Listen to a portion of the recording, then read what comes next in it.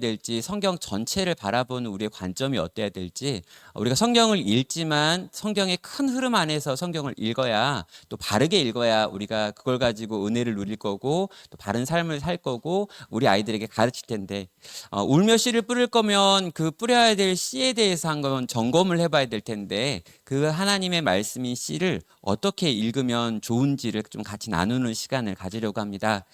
제가 원래 강의를 이제 요청을 받았을 때요. 강의보다는 그냥 좀 이렇게 설교를 하면 어떨까? 우리 교사들의 마음을 좀 이렇게 좀 힘을 주고 위로하고 격려하는 그런 설교를 좀 더 하면 좋겠다 이렇게 했는데 안 된대요. 하루는 컨셉이 부흥회고 하루는 강의이기 때문에 반드시 강의를 해야 된다는 거예요. 그래서 아니 평소에 이런 주제로 강의를 잘 안 한다라고 이야기하고 10년 전에 한번 강의한 게 있는데 그거 가지고 해도 되냐 그랬더니 그래도 그걸 해달라라고 아주 강하게 욕을 하셔가지고 심지어 이렇게 현수막에다가 그걸 써놨더라고요. 와가지고 살짝 바꾸려고 그랬는데 안 된다고 현수막에다 써놔가지고 그래서 제가 하나님의 말씀 어떻게 읽을 것인가 요 주제를 가지고 좀 같이 한번 고민해보고 한번 생각해보는 시간을 갖도록 하겠습니다. 앞에 보시면 성경의 맥 바로 읽기라고 하는 제목으로 제가 이제 이전에 GLC라고 하는 단체에서 했었던 강의 내용이고요. 또 여기서 배우고 여기 강사 과정을 하면서 저희 교회에서 10주 동안 성경을 통독하는 과정을 만들었는데 그 과정에서 한 주 한 주 이렇게 했던 내용 중에 처음 두 과를 통해 가지고 성경 전체를 좀 바라보는 우리가 가져야 될 아름다운 성경 신학이 어떤 건지를 좀 같이 배워보는 시간 가지려고 합니다. 네, 먼저 나누고 싶은 것은요. 성경의 특성에 대해서 좀 같이 이야기를 해보고요. 그리고 성경과 영성이 어떻게 연결되는지 이 두 가지 주제를 같이 살펴보도록 하겠습니다. 자, 먼저 성경의 특성을 보면은요. 첫 번째로 낭독과 암송을 위한 글이다라고 하는 특징이 있습니다. 자, 우리가 성경을 읽을 때요, 이 성경은 암송을 위한 책이다라고 하는 걸 기억하셔야 되고요. 실제로 우리가 무언가를 읽는다라고 하는 게 아니라 눈으로 읽고 입으로 소리낸 것을 귀로 듣고 마음에 소화하는 것까지를 다 포함해가지고 성경은 성경을 읽는다라고 표현한다는 거예요. 그러니까 우리가 가지고 있는 기본적인 책을 읽는다, 이메일을 읽는다와 다르게 성경은 누군가가 눈으로 읽고요. 그걸 입으로 소리내고요. 그런 다음에 그것을 내가 귀로 듣고요. 그걸 마음에 담는 이게 성경이 우리에게 주어지는 첫 번째 원리입니다. 그래서 성경을 읽을 때 소리내는 거 되게 중요하고요. 누군가가 성경을 읽어줄 때 듣는 것도 되게 중요하고요. 그걸 가지고 내가 생각하는 거. 왜냐하면 처음에 이 성경이 우리 가운데 주어질 때도 우리 개인들에게 주어진 게 아니라 온 공동체에 주어지거든요. 그러니까 돌의 색이라 이런 표현들 나오고 양피지에 쓰여진 것 이런 것들은 실제로 한 사람 한 사람한테 주어진 게 아니라 큰 공동체에 주어지고 있는 것들입니다. 그래서 눈, 입, 귀, 마음 모든 걸 가지고 암송하는 것 이게 성경이다라고 이야기하고요. 두 번째는요, 이 눈으로 읽혀지기 위한 글과 그래서 형식적으로 많은 차이가 있다라고 하는 것도 기억할 필요가 있습니다. 현대 이메일 같은 것들을 보면은요, 이렇게 서론 결론 해가지고 이렇게 문제가 나오고 이렇게 글들이 쓰여지는데 이런 방식의 글이 아니다라는 거죠. 그래서 주된 문학의 특징이 뭐냐면 바로 반복이라고 하는 특징을 가지고 있습니다. 자, A부터 A-까지 쭉 연결되어지는 거, 또 A, B, C, D, A, B, C, D 해가지고 또 반복되어지는 거, 또 A, B, C, X, C, B, A 다시들 넣어가지고 이렇게 했던 말 같은 게 반복되어지는 것들이 굉장히 성경에 많다는 거예요. 그래서 언제 읽은 것 같은데 또 읽는다? 내가 지금 어딘가 돌아간 거 아닌가? 아니고요. 지금 성경 자체가 암송을 위한 책이다 보니까 그리고 한 번 듣고 이해하는 책이 아니라 이걸 내가 마음에 새기고 계속 생각하고 떠올리게 만드는 이 암송의 도구다 보니까 이런 반복되어지는 구조가 성경 곳곳에서 발견이 되는 겁니다. 그래서 성경을 읽을 때 낭독을 위한 책이었고 암송을 위한 책이었다라고 하는 걸 첫 번째 특징으로 기억하시면 좋습니다. 두 번째로요, 다양한 장르로 기록되었다라고 하는 것도 이 책이 가지고 있는 특징이죠. 자, 보시면은요, 이야기가 있고 서신이 있고 논술 형식이 있고 시 형식이 있고 묵시라고 하는 형식이 있습니다. 자, 요즘의 장르도 있는데요. 요즘의 장르는 약간 다른 히브리 헬라 양식들을 다양하게 사용을 해가지고 지금 다양한 장르들을 보여주는 거죠. 자, 이렇게 성경이 다양한 장르로 쓰였다라고 하는 것 때문에 하나님의 말씀이 지금 개인들이 가지고 있는 특별한 어떤 의사소통의 코드를 지금 반영해가지고 쓰여지고 있다는 걸 알게 되는 거예요. 어떤 사람은 이야기가 굉장히 잘 들어오는 분이 있고요. 어떤 분은 서신의 형식이, 어떤 분들은 논리적인 글들이 굉장히 다가오는 사람이 있는데, 자, 각기 다른 사람들에게 하나님께서 주시고 싶은 마음은 한 가지거든요. 그래서 그 한 가지 마음을 다양한 장르에 담아가지고 우리에게 들려주기 위해서 성경은 적어도 5가지 종류의 장르를 가지고 우리에게 쓰여지고 있는 책이기도 합니다. 또 성경은요, 66권의 책입니다. 그러나 하나의 통합된 흐름을 가지고 있는 책이기도 합니다. 자, 분명히 오랜 세월 동안 여러 사람들에 의해서 기록이 됐어요. 심지어 1600여 년의 시간 동안 성경이 기록됩니다. 그러니까 우리가 BC 3500년 전에 이제 모세의 작품들이 모세오경이라고 하는 형태로 쓰여지는데요. 이게 2000년 전 예수님 시절까지 쓰여지고 있기 때문에 거의 1600년의 시간 동안 이 글들이 쓰여졌어요. 그리고 40여 명의 저자들이 성경을 기록했죠. 세계에 있는 언어 중에 이 3가지 언어로 성경이 기록되는데 히브리어와 헬라어와 아람어라고 하는 걸로 기록이 됩니다. 이 아람어가 왜 있냐면요, 이스라엘 백성들이 바벨론의 포로가 된 다음에 이 바벨론의 언어가 아람어였기 때문에 이 아람어가 이제 마지막 부분에 쓰여지게 되는 거죠. 히브리어, 헬라어, 아람어라고 하는 3가지 언어로 성경은 기록됩니다.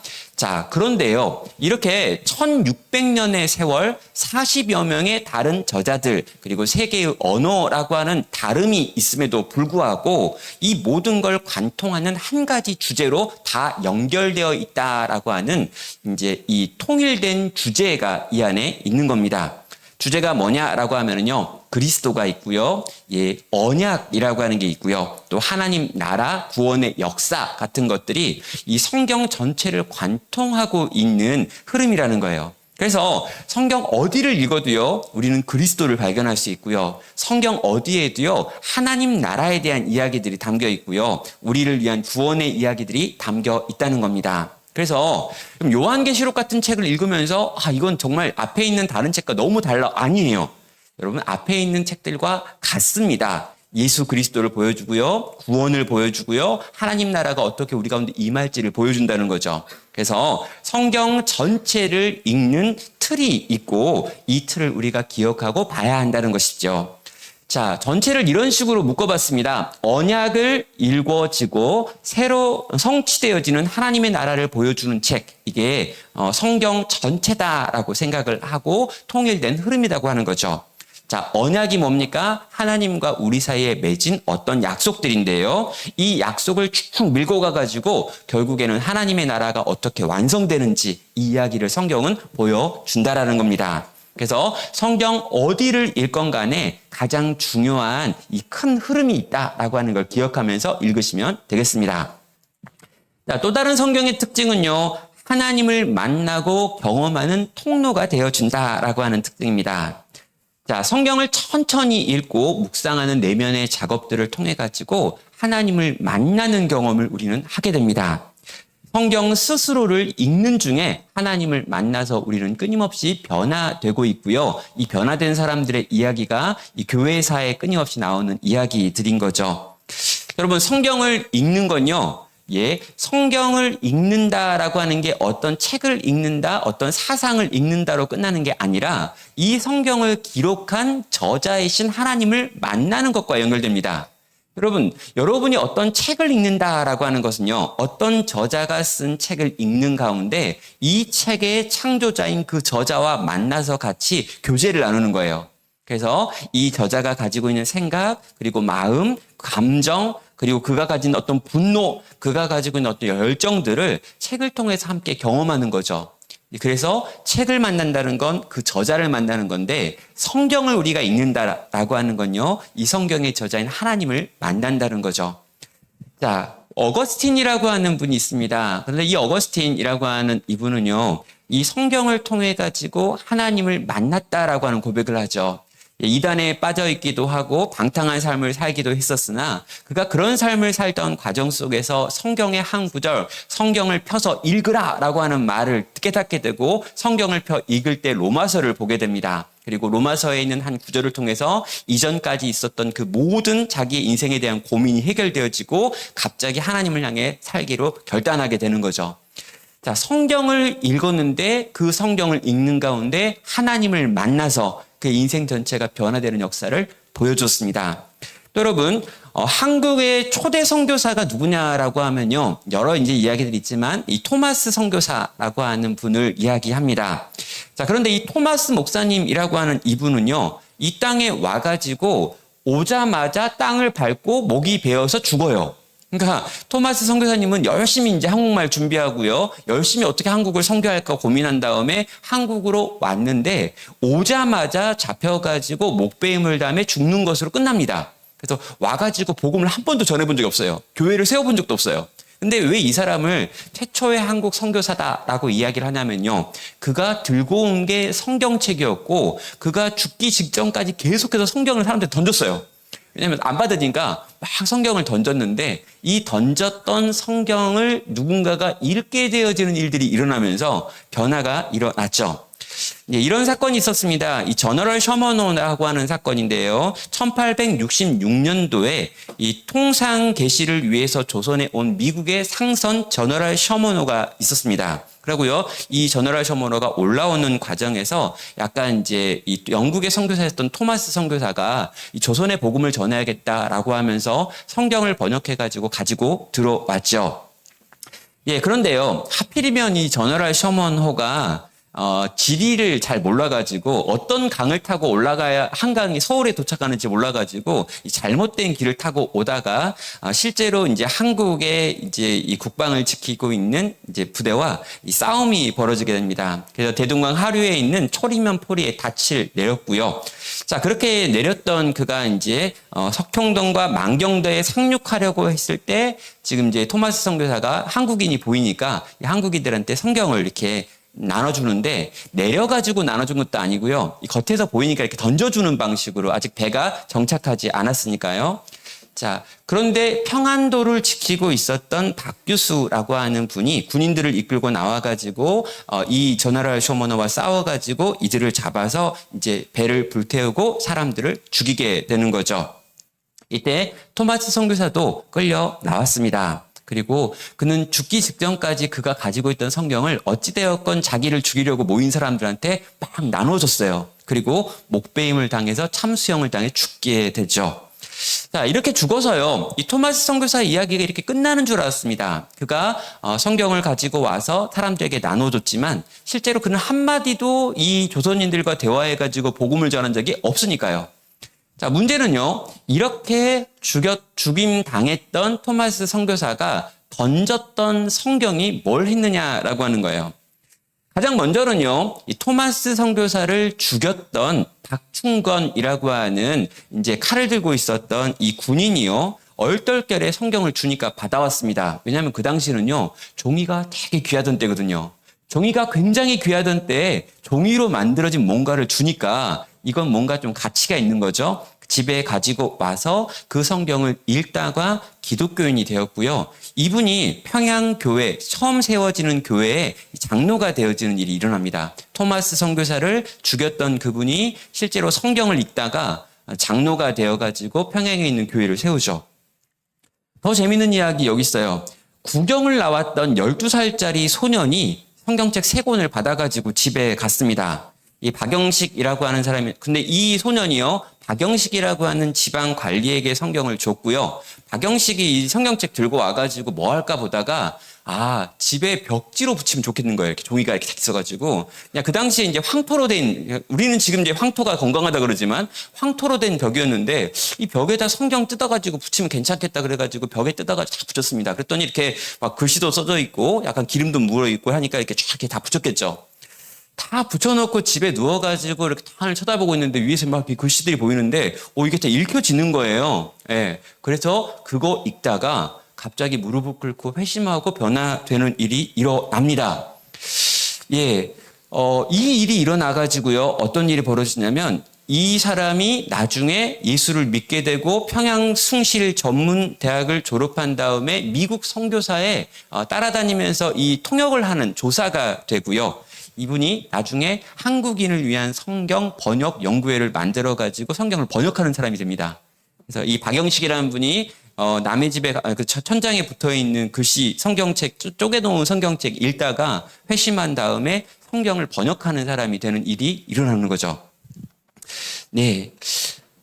이 박영식이라는 사람의 집은, 예, 그때 이제 집 안에다가 온통 성경으로 도배한 그 집이죠. 그럼 그 집이 넉 달일 꼴 교회의 예배 처소가 되고요. 이 12살짜리 소년이 나중에 한국교회 초대 지도자가 되는 일도 일어납니다. 그러니까 토마스 선교사는 성경책을 던졌는데 이 성경책 3권을 들고 간 이 아이는 한국 초대교회의 지도자가 되고요. 그렇게 찢어놓은 성경책을 붙여놨던 그 집이 최초의 교회 중에 한 교회가 되고 그 집에 있었던 사람들 중에 성경을 번역하는 사람도 나오고 초대교회 지도자도 나왔다라는 거죠. 그 뒤로도 계속해서 이 토마스 선교사가 던졌던 성경이 만든 영향력들은 벌어지는데요. 장사포에서 성경을 받았던 홍신길, 석호정 망경대에서 성경을 받은 채치량은 강서교회와 평양교회를 개척한 창설자 중에 한 명이 되는 것으로 하나님의 말씀이 땅에 떨어지는 것 같았는데, 그리고 이 말씀을 들고 온 선교사는 비참하게 죽임당한 것 같았는데, 그 오랜 세월 동안 하나님 말씀을 전하겠다고, 복음을 전하겠다고 준비해가지고 한국에 와서 한국 땅을 밟자마자 목베임을 담에 죽었던 토마스 선교사의 인생은 아무것도 아닌 허비된 인생 같았는데, 여러분, 실제로 그가 허비된 인생 같았지만 그가 나눴던 성경이 이 땅에 교회를 세우는 데 지대한 영향을 했다라는 거죠. 이게 하나님의 말씀의 능력이라는 겁니다. 그럼 하나님의 말씀은요, 지금도 일하고 있습니다. 하나님의 말씀은요, 지금도 살아서 역사하고 있습니다. 여러분, 우리가 뿌리는 씨앗이 정말 바른 하나님의 말씀이라면요, 이 씨앗은 결코 땅 안에서 그냥 썩어져 없어지는 경우가 없다라는 거죠. 여러분, 우린요, 그걸 믿는 거예요. 그래서 말도 안 되는 반응을 나에게 끊임없이 보이는 애들한테 하나님 이야기를 하고 예수님 이야기를 하고 성경 이야기를 하는 거죠. 여러분, 이제 그런 찬양 아십니까? 나의 사랑하는 책, 이런 찬양. 나의 사랑하는 책, 비록 헤어졌으나 어머니의 무릎 위에 앉아서, 이렇게, 모르시나요? 여러분, 그 찬양이요, 지금은 좀 이제 그 가사를요, 좀 고쳤습니다. 왜냐하면 그 찬양의 예전 가사를 보면은요, 그 엄마가 예전에 읽었던 성경이 되게 이상한 성경이었나 봐요. 막 이렇게 뭐 회리바람을 타고 올라가야 되는데 뭐 불병거를 타고 올라오고, 그러니까 성경을 엄마가 제대로 잘 몰라요. 그래가지고 성경을 많이 읽으셨는데 어떤 부분은 틀리게 나와 있습니다. 근데 이 성경을 읽어주는 엄마의 그 내용은 좀 틀린데 상관없어요. 그럼 이 아이가 듣기에 어떻게 들었냐면요, 우리 엄마가 이 성경을 읽다가 많이 우셨어, 이런 걸 기억하는 거죠. 이 성경을 읽을 때, 예수님 이야기를 할 때 엄마가 막 눈물을 흘렸던 걸 걔는 기억하는 거예요. 여러분, 나의 사랑하는 책은요, 엄마가 성경을 어떻게 읽었는지를 봤던 자식이 나중에 쓴 책입니다. 그때 우리 엄마가 이 성경을 읽으면서 귀하고 귀하다, 우리 어머니가 들려주시던 그 이야기들 나중에 떠올리고 있는 거죠. 세세한 하나하나의 내용을 정확하게 설명했고 정확하게 이해했고 정확하게 가르쳐줬다라고 이야기하는 게 아니라, 그때 우리 어머니가 이 책을 너무너무 소중하게 여기셨고 이때 우리 어머니가 예수님 이야기할 때는 늘 울먹거리셨어. 이게 그 자녀에게 기억되어서 나의 사랑하는 책이라고 하는 노래를 만들어서 산후가를 하는 거죠. 여러분, 하나님의 말씀이 가지고 있는 능력이 있습니다. 그리고 그 말씀을 우리가 바르게 알고 그걸 내가 품고 내 마음을 관통하여서 누군가한테 전할 때는요, 그냥 던지면서 정말 마지막 그에게 남겨진 생명이 이것밖에 없을 줄 알아가지고 자기를 목배로 오는 사람을 향해서 던진 성경책이 실제 사람의 영혼을 변화시키고 교회를 세우고 한국교회를 만드는 초석이 될 수 있었다는 거 기억하실 때요, 우리는 이 말씀을 뿌리는 일, 이 말씀을 나누는 일에 대해서 다시 한번 또 생각하게 되는 거죠. 예, 또 성경의 다른 특징을 볼까요? 네, 번역이 받아들여진 정경이다라고 하는 특징도 있습니다. 이게 무슨 말이냐고요? 예, 우리가 이 성경책이 70인 역이라고 해가지고요. 이게 구약에 있었던 히브리어로 쓰여져 있는 성경을요, 이 신약 시대가 되고 AD 1세기가 되기 직전에 이 헬라어로 번역하는 일이 일어납니다. 그러니까 히브리어 성경은 오직 히브리인들만 읽을 수 있는 성경이었잖아요. 근데 지금 바벨론 포로기가 이제 길어지면서 이게 이제 벌써 막 몇백 년, 200년, 300년이 지나가면서요. 이스라엘 사람들도 히브리어를 잘 할 줄 모르는 사람들이 많아지는 거예요. 그러다 보니까 어떻게 할까? 성경을 우리가 읽기 위하여 히브리어를 알면 너무너무 좋은데 이런 사람들이 있었죠. 바울 같은 사람들은요. 히브리인 중에 히브리인이라고 말하면서 히브리어를 거의 사용하지 않는 문화가 되었음에도 불구하고 고어가 된 히브리어를 끊임없이 배우는 무리들이 있었습니다. 그러니까 아주 열심히 읽는 종교와 관련해 가지고 정말 엘리트들이 있었던 거죠. 이 사람들은 히브리어로 된 성경을 읽을 수 있습니다. 그런데 AD 1세기 예수님 시절쯤 되었을 때는요. 이 히브리어를 사용하는 사람들의 숫자가 정말 줄어들고요. 유대인들도 히브리어를 잘 모르는 시대가 왔습니다. 그래서 이 히브리어로 되어 있는 구약 성경을 헬라어, 그 당시 언어인 헬라어로 번역하는 일이 일어나는데 이게 70인 역이라고 해가지고 70인의 학자들이 모여가지고 성경을 번역했다라 해서 70인 있는 거죠. 자, 이게 뭘 보여주는 거냐면요. 성경에 있는 언어 자체가 거룩한 건 아니라는 거예요. 히브리어는 거룩하고 헬라어는 두 번째로 거룩하고 지금 영어는 세 번째고 한국어는 한 일곱 번째입니다. 이런 거 아니라는 거죠. 여러분 성경은 예전부터 계속해서 번역되어 왔습니다. 이걸 왜 이야기하냐면요. 어떤 단체에서는요. 이 킹 제임스 버전이라고 하는 이 버전 성경만 유일무이한 성경이고 나머지 모든 성경들은 잘못된 성경이다. 뭐 이런 얘기를 하는 분도 있어요.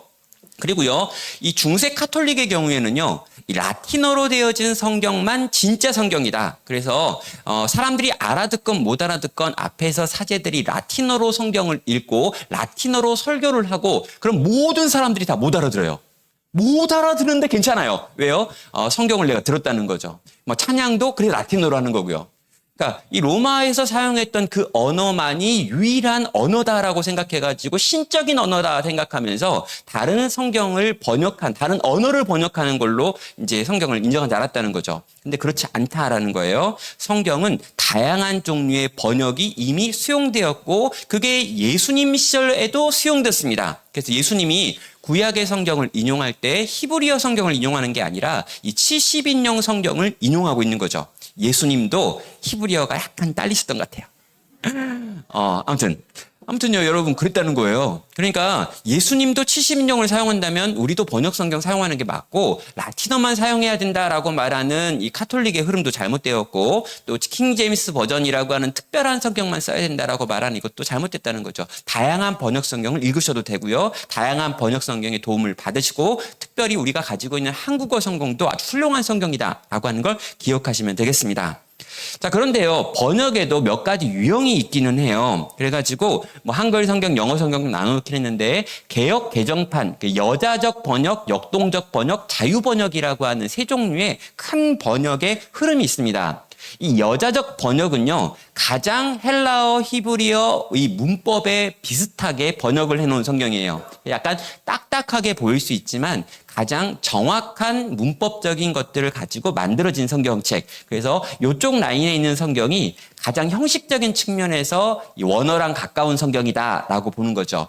그리고 이제 요런 성경만 있는 게 아니고요. 좀 이제 자유롭게 번역을 해가지고 현대인의 성경, 현대어 성경, 쉬운 성경, 우르마일 성경 같은 성경 번역들도 있어가지고 또 우리 어린이들을 위한 성경이나 또 이 문화에 맞춰가지고 현대어로 또 최근에 메시지 성경 이런 것들이 나와가지고 우리가 훨씬 더 쉽게 읽을 수 있게 하고 있다는 거죠.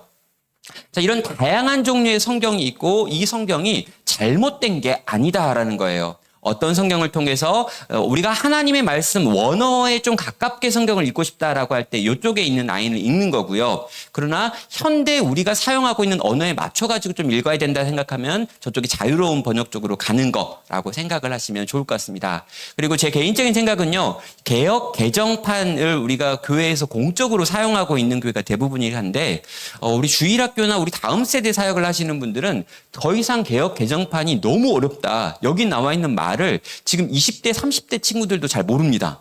그래서 이게 큰일이다라는 생각이 들고요. 아마 요 다음 버전이 또 나와야 되는 시대가 이미 왔는데 너무 오래 간다 이런 생각도 좀 들고 있습니다.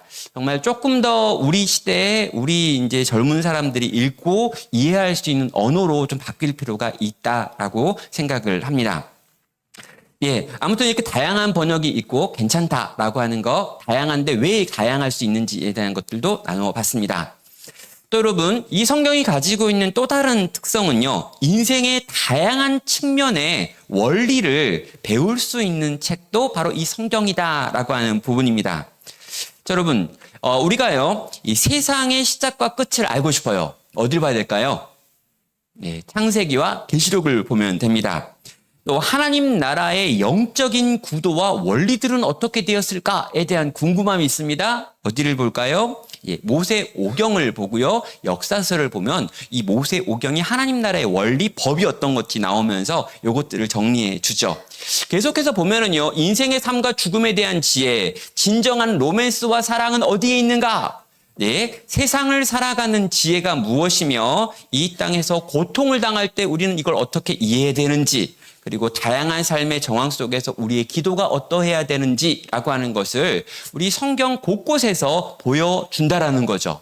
그러니까 우리 인생이 경험하는 다양한 일들이 있습니다. 근데요, 이 다양한 일들에 대한 지혜가 이미 성경 안에 담겨서 우리에게 주어져 있기 때문에 우리가 만약에 세상을 어떻게 살아야지라고 고민할 때 잠언에 있는 내용을 보고요. 인생의 큰 어려움 속에서 욥기에 있는 내용을 보고요. 내가 어떻게 하나님께 나아가 기도할까라고 할 때 시편에 있는 150편이나 되어지는 거대한 보물창고에서 그것들을 꺼내가지고 읽어보고 도움을 받을 수 있다라는 것입니다. 이게요, 성경이 가지고 있는 다양한 특성들입니다. 여러분, 이렇게나 놀라운 성경을 하나님께서 우리에게 주셨다라는 거죠. 저는요, 이 성경을 공부하는 우리 성도들이요, 성경 읽기를 의무처럼 하지 않았으면 좋겠습니다. 과제물처럼, 숙제처럼 하지 않았으면 좋겠습니다. 그럼 제가요, 가장 이 성경에 대해서 상처받았던 게 뭐냐면, 저희 이제 무슨 수련회 같은 데 가가지고요, 밥 먹기 전에 밥절로 이거 외우라고 하는 거 있잖아요. 그러니까 아주 사악하다라는 생각을 해요. 왜냐면, 저는요, 이 성경 구절을 암송하는 게 너무 어려웠습니다. 그리고요, 내용을 이해하면 되지. 왜 그 조사 이런 것까지 다 틀리면 안 된다, 막 이러면서 이 성경에 1.1획도 버치면 안 된다 그러면서 그 조사까지 막 조사하면서 막 우리 막 조수시는 분들. 그런 선생님들 정말 싫어했어요. 그래가지고 수련회 가가지고요, 밥을 안 먹었던 날이 많습니다. 너무 열받아가지고. 막 다른 애들 다 외우고 먹는데 나는 그냥 금식하겠다고. 금식하지 먹어 제발. 아니 안 먹겠다고. 난 자존심 상해서 못 먹겠다고. 그래가지고 밥을 안 먹었어요. 근데 저는요, 하나님의 말씀이 송이꿀처럼 달다 그랬는데 이 단 걸 경험해 본 적이 없는 거예요. 늘 의무가, 늘 해야 될 거, 안 하면 밥도 안 줘. 그러니까 여러분, 제발 이 성경 읽기가 의무나 숙제와 같아져 가지고 너무 힘들고 막 이렇게 무거운 짐이 되지 않았으면 좋겠다라는 생각이 들어요. 왜냐하면 하나님이 이걸 우리에게 주실 때 이건 축복이었거든요. 하나님의 말씀을 우리 가운데 주시면서 그 말씀을 통해서 자기 자신을 막 보여주고 들려주고 나누기 위해서 줬는데 우리는 그거 막 하면서 막 너무 고통스러워요.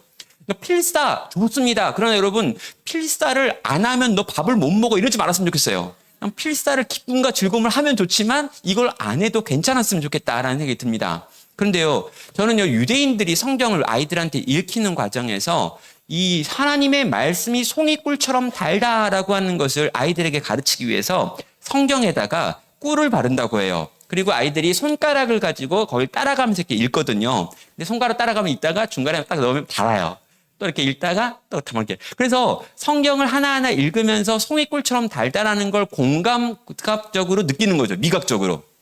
그래서 성경을 읽는 건 되게 단맛을 느끼는 거야 라고 하는 걸 아이들이 느끼면서 성경을 읽고 성경을 암송하고 성경을 배우도록 시킨다라는 거예요. 여기 계신 교사분들이요, 내가 먼저 하나님의 말씀이 이렇게 좋은 거다라고 하는 걸 먼저 생각하시고요. 말씀을 읽는 게 먼저 재밌어지시고요. 말씀을 읽다가 좀 위로를 받으시고요. 말씀을 읽는 중에 내 삶에 어떤 하나님이 하시는 지혜가 느껴지고 경험되고요. 그래서 말씀 자체가 나에게 이렇게 좋은 거구나. 그래서 이 좋은 말씀을 너도 먹었으면 좋겠어. 너도 맞았으면 좋겠어. 라고 가르칠 수 있는 교사들이 되면 너무너무 감사하겠습니다. 성경이 가지고 있는 이 놀라운 특성들 내가 잘 이해하고 이것들을 먼저 누리면서 이것들을 나눌 수 있는 교사가 되기를 바랍니다. 자, 두 번째로요, 이제 이 성경과 우리의 영성에 관련된 내용을 좀 더 이야기해 보도록 하겠습니다. 성경은요, 우리의 영혼을 훈련시키는 가장 강력한 도구이고 하나님이 만드신 방법입니다. 그래서요, 자, 시편 1편을 보면은요, 여기에 율법을 묵상한다라고 하는 내용이 나옵니다. 복 있는 사람은 오직 여호와의 율법을 즐거워하여 그의 율법을 주야로 묵상하는도다라고 하는 표현이 나오죠. 그러면 시편 1편은요, 이 복 있는 사람은 이라고 말하면서 이제 누가 복 받는 사람인가를 이야기해요. 그러면서 시편 1편부터 150편까지 전체 내용을 다 아우르면서 서론적인 이야기를 합니다. 복 있는 사람은 이런 사람이다. 그런데 그 복 있는 사람이요, 율법을 주야로 묵상하는 사람이 복 있는 사람이다라는 거죠. 자, 율법을 묵상한다라고 이야기합니다. 이 율법을 묵상한다라는 건 뭘 의미합니까? 여기 나오는 율법은요, 우리가 알고 있는 법들을 의미하는 게 아니라 토라라고 하는 단어입니다. 그래서 히브리어 토라라고 하는 단어는 모세 오경을 의미하죠. 창세기, 출애굽기, 레위기, 민수기, 신명기 요 5권의 책이 토라인데 이 토라의 말씀을 주야로 묵상하는 사람이 복 있다라고 말합니다. 모세 오경을 묵상한다라는 거죠. 이게 무슨 말일까요? 예. 그럼 이스라엘 백성들은요, 아주 어려서부터 모세 오경을요, 전체를 통째로 외우게 하는 훈련을 시켰습니다. 그럼 창세기부터 민수기까지, 창출 레민신, 이걸 이렇게 다 이렇게 해가지고 외운대요. 상상이 되십니까? 예. 근데 이제 저한테 이 강의를 해줬던 분이, 이 강의를 하셨던 이제 제 선생님께서 자기가 진짜 유대에 갔는데 이 창출 레민시를 통째로 외우고 있는 랍비들을 여러 만나면서 진짜로 이걸 외우는구나, 미친 거 아니야, 이런 생각이 들었대요. 근데 이제 저는 못 외울 것 같아요. 근데 여러분, 이 모세 오경에 있는 내용을 주야로 묵상해가지고 이걸 외우라라고 하는 것으로 이해를 하는 것보다 더 중요한 게 있습니다. 뭐냐면은요, 성경 전체를 좀 이렇게 아는 거예요. 자, 율법을 묵상한다라고 하는 이 표현을 오늘날 우리가 적용을 해보면 뭐냐면 성경 전체의 큰 틀을 이해하는 거예요. 왜? 모세 오경은요, 이 성경 전체가 뭘 이야기하는지에 대하여 보여주는 큰 틀이었습니다. 그래서 이걸 주야로 묵상하는 사람들의 결과는 뭐냐면 성경적 사고를 하는 사람이 되어 있는 거죠. 그래서 내가 하나님의 말씀을 묵상합니다라고 하는 건 어떤 구절을 알고 이해하고 낭독하고 그걸 가지고 내가 이제 그 상황마다 큐티하고 이런 내용이 아니고요. 성경 전체의 큰 흐름이 내 마음에 늘 있는 거예요. 그래서 어떤 상황이 발생하면 이건 성경이 말하는 전체 틀 안에서 이런 거야 라고 해석하고 적용할 수 있도록 나를 훈련시키라는 거죠. 자, 성경의 맥을 이해하는 거고요. 이 성경의 큰 흐름을 이해하는 겁니다. 그래서 오늘 제가 하려고 하는 그 이어지는 이야기가 뭐냐면 하나님이 우리에게 주신 언약의 책으로서의 성경, 그리고 하나님 나라를 향해서 나아가는 이야기로서의 성경이라고 하는 성경 전체가 가지고 있는 틀에 대한 이야기를 하는 거예요. 그래서 66권 전체를 이 시간에 다 다룰 수 없죠. 그러나 66권 전체를 끌어가고 있는 예수님이 어떤 분이시고 구속이 무엇이며 언약이 무엇이며 하나님 나라가 무엇인지 이 성경 신학적인 주제들을 우리가 잘 품고 있으면은요, 그걸 품고 있기 때문에 우리가 어떤 본문을 읽어도 이상해지지 않습니다. 그럼 성경의 어떤 구절들은요, 진짜 어려워요. 또 성경의 어떤 구절들은요, 정말 딱 2단으로 넘어가기 좋은 그런 구절들도 있습니다. 왜요? 앞뒤 전후 문맥 다 떼고 그 문장만 가지고 이야기하면요. 그러니까 그게 되게 많아요. 대부분의 이단들이 다 그렇게 성경을 사용합니다. 이단이 성경을 엄청나게 많이 외웁니다. 그래가지고 여러분 만나가지고요. 이단하고 만나서 성경을 이야기하는데 그 사람들은 성경 구절을 이야기하는데 나는 어디 있는지 되게 기억이 안 나요. 막 이렇게 몇 장 몇 절에 뭐 있냐, 그 순간 당황스러워요. 거기 있는지 몰랐거든. 그러니까 나는 하나님이 나는 사랑하신다는데 뭐 이런 것만 아는데 나는 기껏 아는 게 요한복음 3장 16절 정도를 기억하고 있는데 애들은 막 구절들은 막 이야기하니까 걔들은 많이 알고 있는 것 같고 난 모르는 것 같아가지고 정말 안 되겠다 이렇게 하면서 나는 진짜 바보 같네 막 이러면 이렇게 자두경이 막 드는 거죠. 여러분 그때 우리가 할 수 있는 방법이 있습니다. 마땅하게 거기서 막 성경 구절 막 이야기했어요. 그러면 여러분이 할 질문은 이거예요. 전후 문맥은 어떻게 됩니까? 이렇게 물어보세요. 그 앞에는 어떤 이야기가 있고 그 뒤에는 어떤 이야기가 있어서 전후 문맥 안에서 그 문단의 의미가 과연 그겁니까? 라고 물어보면요. 그분들이 당황을 하십니다. 왜요? 그분들은요. 요 구절만 외우지 요 구절 앞에 뭐가 있는지 그 구절 뒤에 뭐가 있는지 중요하지 않기 때문이에요. 왜요? 교주가 자기 교리를 정립하기 위해서 그 구절들을 다 잘려가지고 교리를 만들어 놨거든요. 그래서 전문맥이나 후문맥에 뭐가 있는지에 대하여 관심을 가져본 적이 없어요. 여러분 팁입니다. 여러분 성경을 다 못 외워요. 그분들처럼 많이 성경 못 읽습니다. 네, 죄송합니다. 안타까워요. 근데요, 물어보는 거예요. 이렇게 혹시 그 앞에 어떤 내용이 있나요? 라고 물어보거나 그 뒤에 이어지는 내용이 무엇입니까? 예수님께서 그렇게 말씀하셨다면 그 말씀을 들었던 제자들의 반응은 무엇이었을까요? 라고 물어보면 굉장히 당황하면서 그걸 내가 왜 알아야 되냐고 뭐 그런. 그러네요. 전후 문맥도 모르시면서 그 구절 언급한 건가요? 이렇게 하시면 그들이 당황하면서 더 이상 대화를 못하는 얘는 정말 화인 맞은 인간이구나 라고 생각하며 떠나갈 거예요.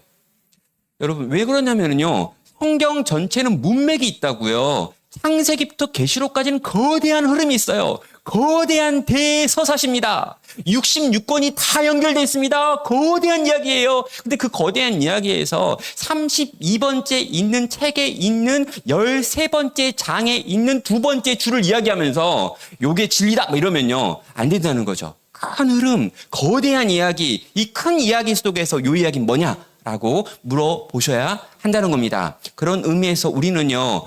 성경 전체에 대해서 큰 틀을 가지고 있어야 되죠. 이걸 성경의 맥이라고 이야기하고 이걸 언약이라고 또 구속이라고 그리스도라고 또 하나님 나라라고 말하는 성경 신학적 틀이 존재합니다. 우리는 뭘 가져야 되는 걸까요?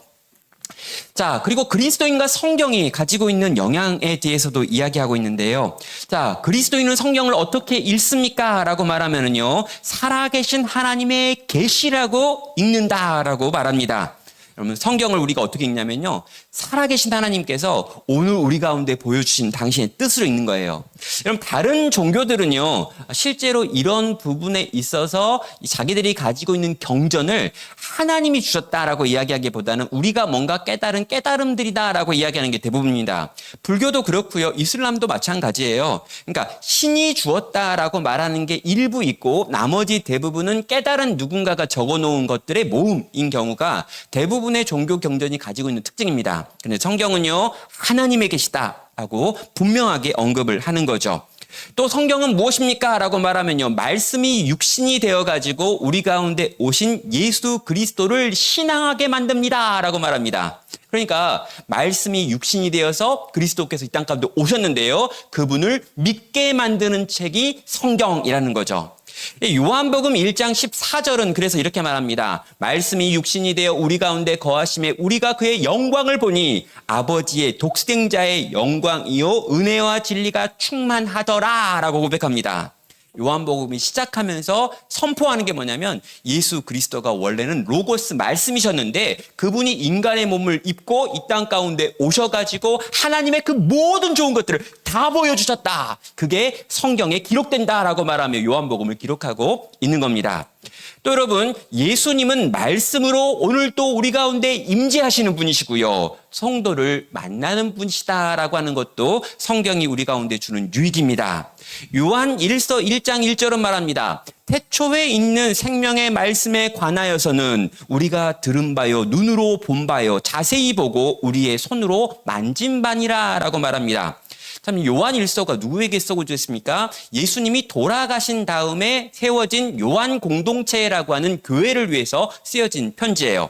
근데요, 이 편지의 내용을 보면은요, 자, 이 예수님에 관하여 지금 이야기하는데 이 성경을 통해 가지고 이 예수님을 눈으로 보고 자세히 보고 손으로 만지는 것처럼 경험할 수 있다고 말한다는 거죠. 그럼 성경이 그런 능력이 있다는 겁니다. 하나님의 말씀 속에서 우린 예수님을 경험하는 거예요. 우리가 하나님의 말씀인 성경이 잘 풀어질 때 우리의 가슴이 뜨거워지는 겁니다. 여러분, 성경이 우리 가운데 들려지고 깨달아지고, 여러분, 이 성경이요, 성령의 능력과 함께 우리에게 찾아올 때 우리의 인생이 변화되었습니다. 그리고요, 동일하게요, 우리가 섬기고 있고 우리가 돌보는 우리 아이들과 영혼들에게도요, 하나님의 진리인 말씀이 성령의 능력과 함께 그들의 영혼 가운데 닿는 그때 예수 그리스도를 경험하고 그들의 인생이 새로워진다는 거죠. 여러분, 우리도 그렇게 해서 변화되었고요. 우리가 돌보고 있는 영혼들도 그런 방식으로 변화될 거라는 거죠. 성경은 그리스도인이 그리스도인 되게 만드는데 가장 중요한 일을 지금도 하고 있는 겁니다. 지금도 우리에게 하나님의 말씀은 살아서 말하고 계십니다.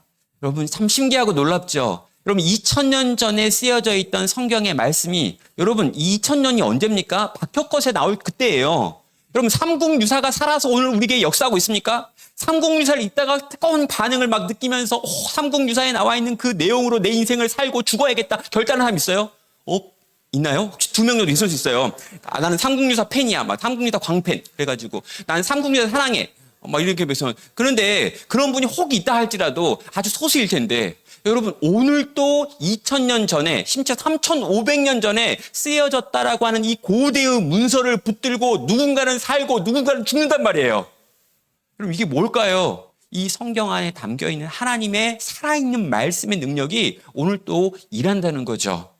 사랑하는 여러분, 이 말씀을 전하는 게 교사란 말입니다. 이 말씀을 가지고 사역하는 게 우리들이에요. 여러분, 제가 이제 찬양대원들이 모여있는 곳에 가면 이렇게 설교 안 하겠죠. 이렇게 또 다른 부서가 있으면 이렇게 당회가 모여있으면 이렇게 설교 안 합니다. 전국 장로회 이런 거 이게 안 해요. 근데 여러분, 여기 교사 모임이니까 교사가 제일 중요해요. 이 살아있는 하나님의 말씀을 그 영혼들에게 가르치고 들려주고 보여주는 그 존귀한 일을 하시는 분들이 바로 여러분들이기 때문입니다. 그리고요, 하나님의 은혜가 부어지는 수단 역시 하나님의 말씀 성경이지요. 여러분, 성경을 읽고 연구하고 묵상하는 자들은요, 자연스럽게 하나님의 은혜를 이 말씀 속에서 경험하는 것입니다. 말씀을 읽는 중에, 또 말씀을 또 설교를 통해 듣는 중에, 그리고 이 말씀을 품고 이 말씀에 응하기 위하여 기도하는 중에, 그리고 여러분이 입을 열어 말씀을 가르치는 동안에 하나님의 말씀이 어떤 건지 우리는 삶 전체를 통해서 경험하는 거죠. 여러분, 살았다, 운동력이 있다, 좌우의 날이 선 검과 같다, 혼과 영과 관절과 골수를 찔러 쪼개는 능력이 있다, 내 마음속에 감춰져 있는 깍꼭 숨겨놓았던 그것들을 다 드러나게 만든다. 여러분, 이게요, 하나님의 말씀의 능력 속에서 우리가 체험하는 것들이고요, 또 내가 말씀을 전하는 중에 경험하는 일들이 되는 거죠. 사랑하는 여러분, 그리스도인의 삶 속에 성경은 절대적이다라는 것입니다. 자, 또 여러분, 성경이 우리에게 영혼에 어떤 영향을 미치는가? 성경 묵상이 우리의 기도를 새롭게 합니다. 그래서요, 이 고대 기독교의 기도를 살펴보면은요, 말씀을 묵상하고 그 묵상과 함께 그 내용을 가지고 기도했다라고 이야기하고요. 여러분, 초기 기독교의 이 사막의 교부라고 하는 분들이 있는데, 초기 기독교 이 영성에 있어서 사막의 교부의 영향은 굉장히 중요했는데요. 이들이 모여가지고 뭘 했는가? 숨어서 어떤 것들을 했느냐라고 물어보면, 시편에 있는 내용을 암송하고요, 그걸 묵상하고요, 그걸 가지고 침묵으로 자기 삶 가운데 끄집어 오고요, 이걸 가지고 하나님께 나아가 기도하는 시간들을 보냈던 거죠. 그래서 오늘도요, 우리는 말씀으로 기도합니다. 어떻게 하면 됩니까? 말씀을 읽는 거예요. 그리고 그 말씀을 내가 품고 묵상하는 겁니다. 그리고 기도하는 것이고요. 그 기도를 살아내기 위하여 하나님 앞에 묵상하는 시간, 이 간상하는 시간이 있는 거죠. 자, 이런 형태로요, 이 고대에서부터 있었던 이 말씀과 연결되어 있는 기도 훈련이 계속해서 지금 있었고, 오늘 우리도 그 흐름 속에서 말씀과 함께 기도하고 있죠. 자, 여러분, 기도만 열심히 하면 문제가 생깁니다. 왜 그러냐면요, 기도를 아주 세게 하시는 분들, 그분들이 제일 교회에 문제가 좀 있을 수 있어요. 기도를 세게 하고 크게 하고 완전 기도파, 이분들은요, 문제가 뭐냐면요, 내가 뭔가 간절히 기도하고 있는 어떤 내용이 있어요. 근데요, 이 내용을 주실 때까지 하나님께 나아가서 계속 달려가는 거죠. 이게 어떤 문제가 발생하냐면요, 기도를 하면 할수록 내 고집이 세져요. 내가 원하고 바라는 걸 주지 않은 하나님께 대한 원망이 커집니다. 기도를 많이 했는데. 자, 이게 뭐가 문제냐면요, 내가 무언가 바라는 것, 이걸 얻기 위한 수단으로 기도하시는 분들은 그 기도가 깊어지고 그 기도가 길어지고 그 기도가 많아지면 많아질수록 내가 원했던 이것에 대한 열망이 커져버려요. 안 주시면요, 하나님을 향한 원망을 하게 되고요. 이걸 주시면요, 우리의 욕심이 어떻습니까? 이걸 받으면 더 갖고 싶거든요. 더 크게 또 기도하기 시작하는 거죠. 예, 이렇게 기도하시면요, 기도가 많은데 실제로 그분의 인격은 그리스도를 안 닮는 사람이 될 수 있는 거예요. 자, 그래서요, 우리가 필요한 게 뭐냐면 말씀을 가지고 기도하는 겁니다. 자, 여러분, 말씀을 읽었어요. 하나님의 뜻이 보였습니다. 근데요, 이 하나님의 뜻이 내 삶 가운데 이루어져야 되잖아요. 근데요, 이 뜻을 이룰 만한 능력이 내게 없고요. 또 심지어 그걸 이루고 싶은 마음도 내게 없는 걸 발견하는 거죠. 왜요? 말씀은 검이어서 내 속에 있는 모든 걸 드러나게 하니까. 그럼 어떻게 합니까? 내가 아픈 거죠. 힘든 거죠. 우린 선택합니다. 그냥 포기할지 아니면 그럼에도 불구하고 하나님의 뜻이 이것이니 이 뜻에 나를 맞추기 위하여 내가 변화될지예요. 그때 우리가 기도하게 됩니다. 하나님, 하나님의 뜻에 맞는 삶을 살 수 있는 은혜를 달라고, 힘을 달라고, 도와달라고, 함께 해달라고. 제발 나라고 하는 이 인생이 주님의 뜻과 너무 먼데 이 주님의 기록되어 있는 성경의 말씀대로 살 수 있는 능력이 전혀 없는 내게 살 수 있게 하시겠다고 주님은 약속하셨으니 약속된 성령으로 나에게 함께하사 나로 하여금 이 뜻을 이루게 해달라고, 주님의 뜻을 이룰 수 있게 해달라고 하나님께 기도하는 거죠. 여러분, 그래서요, 말씀을 붙들고 기도하는 사람의 인격에는요, 이 말씀의 영향이 미치기 시작하고요, 그리스도 닮는 인격으로의 변화가 일어나는 거죠. 사랑하는 여러분, 그래서요, 말씀과 기도는 절대 분리하면 안 됩니다. 말씀 없는 기도는 사람을 이상하게 만들고요, 또 기도하지 않는 말씀 연구는요, 그 사람을 참으로 교만할 뿐만 아니라 이중적인 인간으로 만들기 때문이죠. 그래서 말씀과 기도로 함께 하나님께 나아가는 훈련을 해야 합니다. 라고 말합니다. 여러분, 성경 공부를요, 잘못하면 어떤 일이 벌어질까요? 예, 이런 일들이 벌어집니다. 아주 끔찍한 일들인데요. 인격의 변화가 없어요. 성경을 많이 알고 이런저런 지식이 넘치는데 인격은 개차반입니다. 그런 분들 종종 있잖아요. 이렇게. 우리 교회는 하나도 없지만 남의 교회 보면 종종 있잖아요. 성경 공부를 진짜 많이 했다는데 교회에서는 이런저런 직분을 많이 갖고 있다는데 밖에 나오면 입이 진짜 거지 같아요. 와, 그리고 막 이렇게 다른 사람과 관계는 늘 깨고 싸우고 부딪히고 막 이렇게 하는 거죠. 우리 교회는 한 명도 없지만 다른 교회에 있는 그분들. 예, 또 여러분, 사변적이거나 비판적이거나 편협한 관점을 성경을 많이 공부했는데 갖고 있습니다. 여러분, 성경을 많이 공부하면 어떤 일이 벌어지는 줄 아세요? 하나님을 많이 알게 될까요? 여러분, 맞아요. 성경을 열심히 연구하면요, 하나님을 알게 됩니다. 근데요, 처음에 제가 이만했어요. 내가 이제 성경을 열심히 공부했더니 이만큼 하나님을 알게 됐어요. 그럼 어떤 일이 벌어지냐면요, 내가 모르는 하나님이 이만큼이 된 거예요. 처음엔 내가 요만큼 알고 있으니까 모르는 하나님이 요만큼이었어요. 겹치는 부분만 우리 느끼잖아요. 근데 요만큼 하니까 요만큼만 하나님을 몰랐는데 요만큼 알게 되니까 요만큼을 하나님을 모르는 거예요. 그래서요, 하나님의 말씀을 통해서 하나님을 알면 알수록 그 사람의 인격은 겸손해질 수밖에 없습니다. 왜요? 하나님을 알면 내가 모르는 하나님이 얼마나 많은지를 더 많이 알게 되는 거예요. 그리고 점점 더 깊은 목마름을 느낍니다. 도대체 이것밖에 모르다니. 아니, 내게 주어진 평생에 좀 더 많이 알고 싶다 말해가지고요, 점점 더 하나님께 대한 목마름이 깊어져 가고요, 내가 하나님을 모른다는 인식이 깊어져 가고요, 이 하나님을 알고 싶다는 게 너무너무 깊어 가고요. 그래서 다른 사람들이 보기에 저 사람은 정말 하나님을 많이 알고 있는 것 같은데 당장 그분에게 물어보면 이것밖에 모르고 하나님을 섬기는 이 비참한 내 신세가 너무 힘들다고 이야기하는 거죠. 이래서요, 하나님을 아는 사람이 교만해진다? 불가능해요. 하나님을 모르는 거예요. 이분은요, 절대로 잘못된 성경 공부를 하고 있는 거죠. 파변적이거나 비판적이지 않습니다. 편협해지지 않습니다. 하나님을 알면요, 내가 모르는 영역에서 하나님이 이런 방식으로 일할 수도 있겠지라고 생각하면서요, 많은 분들에게 마음을 열고 그들을 품고 함께 가기를 선택하는 거예요. 여러분, 또 있습니다. 내면에 깊은 하나님과 교감을 느끼지 못하는 사람도 되죠. 성경 공부를 많이 했는데, 이런저런 신학 공부를 많이 했는데, 여러분, 그 많이 공부한 것을 가지고 이것만큼 공부하지 못한 어떤 사람들을 향해서 막 비난하거나 책망하는 분들의 특징이 뭐냐면요, 하나님의 아프신 마음 같은 건 공감하지 않는 거예요. 여러분, 하나님이요, 이렇게 뭐 소선지서 이런 데 보면요, 막 이렇게 심판에 대한 얘기를 막 하십니다. 막 이런 구절들 막 이야기해요. 그러면요, 요 구절 가지고 와가지고 막 사람들에게 막 이렇게 심판, 저주를 받을지다 막 하는 분 있잖아요. 근데 여러분, 그거 이상한 거예요. 왜냐면요, 하나님이 무언가 심판하실 때 그 심판하시는 하나님의 특징이 뭐냐면 진노 중에도 긍휼을 잃지 않으시는 거예요. 그리고 때린다 하면서 안 때려요. 좀 짜증나요. 이렇게. 때린다 그랬으면 한 2번 말한 다음에 한 3번 정도 경고하면 때려야 될 거 아니에요. 근데 막 다 때린다, 또 때린다, 너 진짜 죽는다, 맞아 죽인다, 막 계속 그러는데 보면요, 그 뒤로 한 200년 또 가요, 막.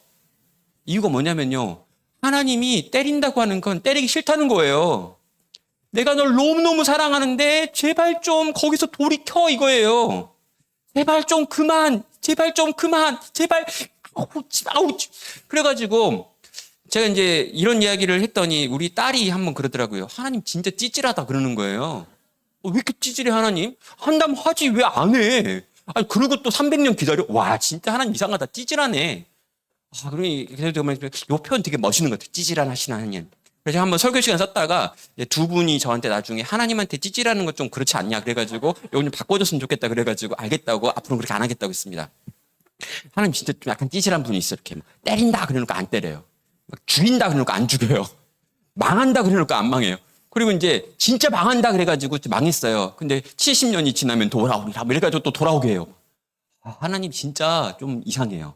근데 그 마음을 모르고 하나님의 책망과 하나님의 경고만 생각하고 기억하고 전한다는 건요, 하나님의 바탕 마음이 뭔지 모르는 거예요.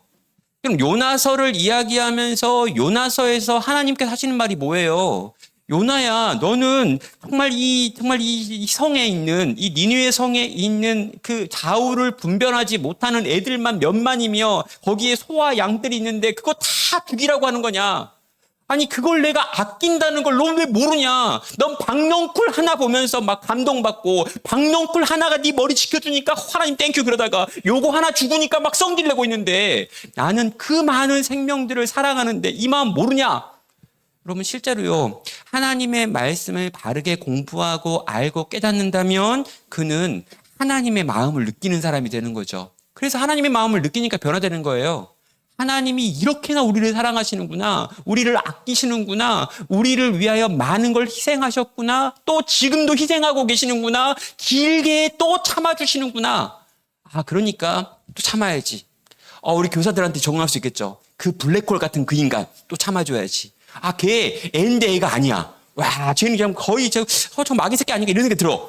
근데 아니야. 그럼에도 불구하고 그랬던 나도 참아주셨잖아요. 그랬던 나도 누군가 내 선생님이 참아주셔서 지금 남아있는 거잖아요. 저는 그런 생각 듭니다.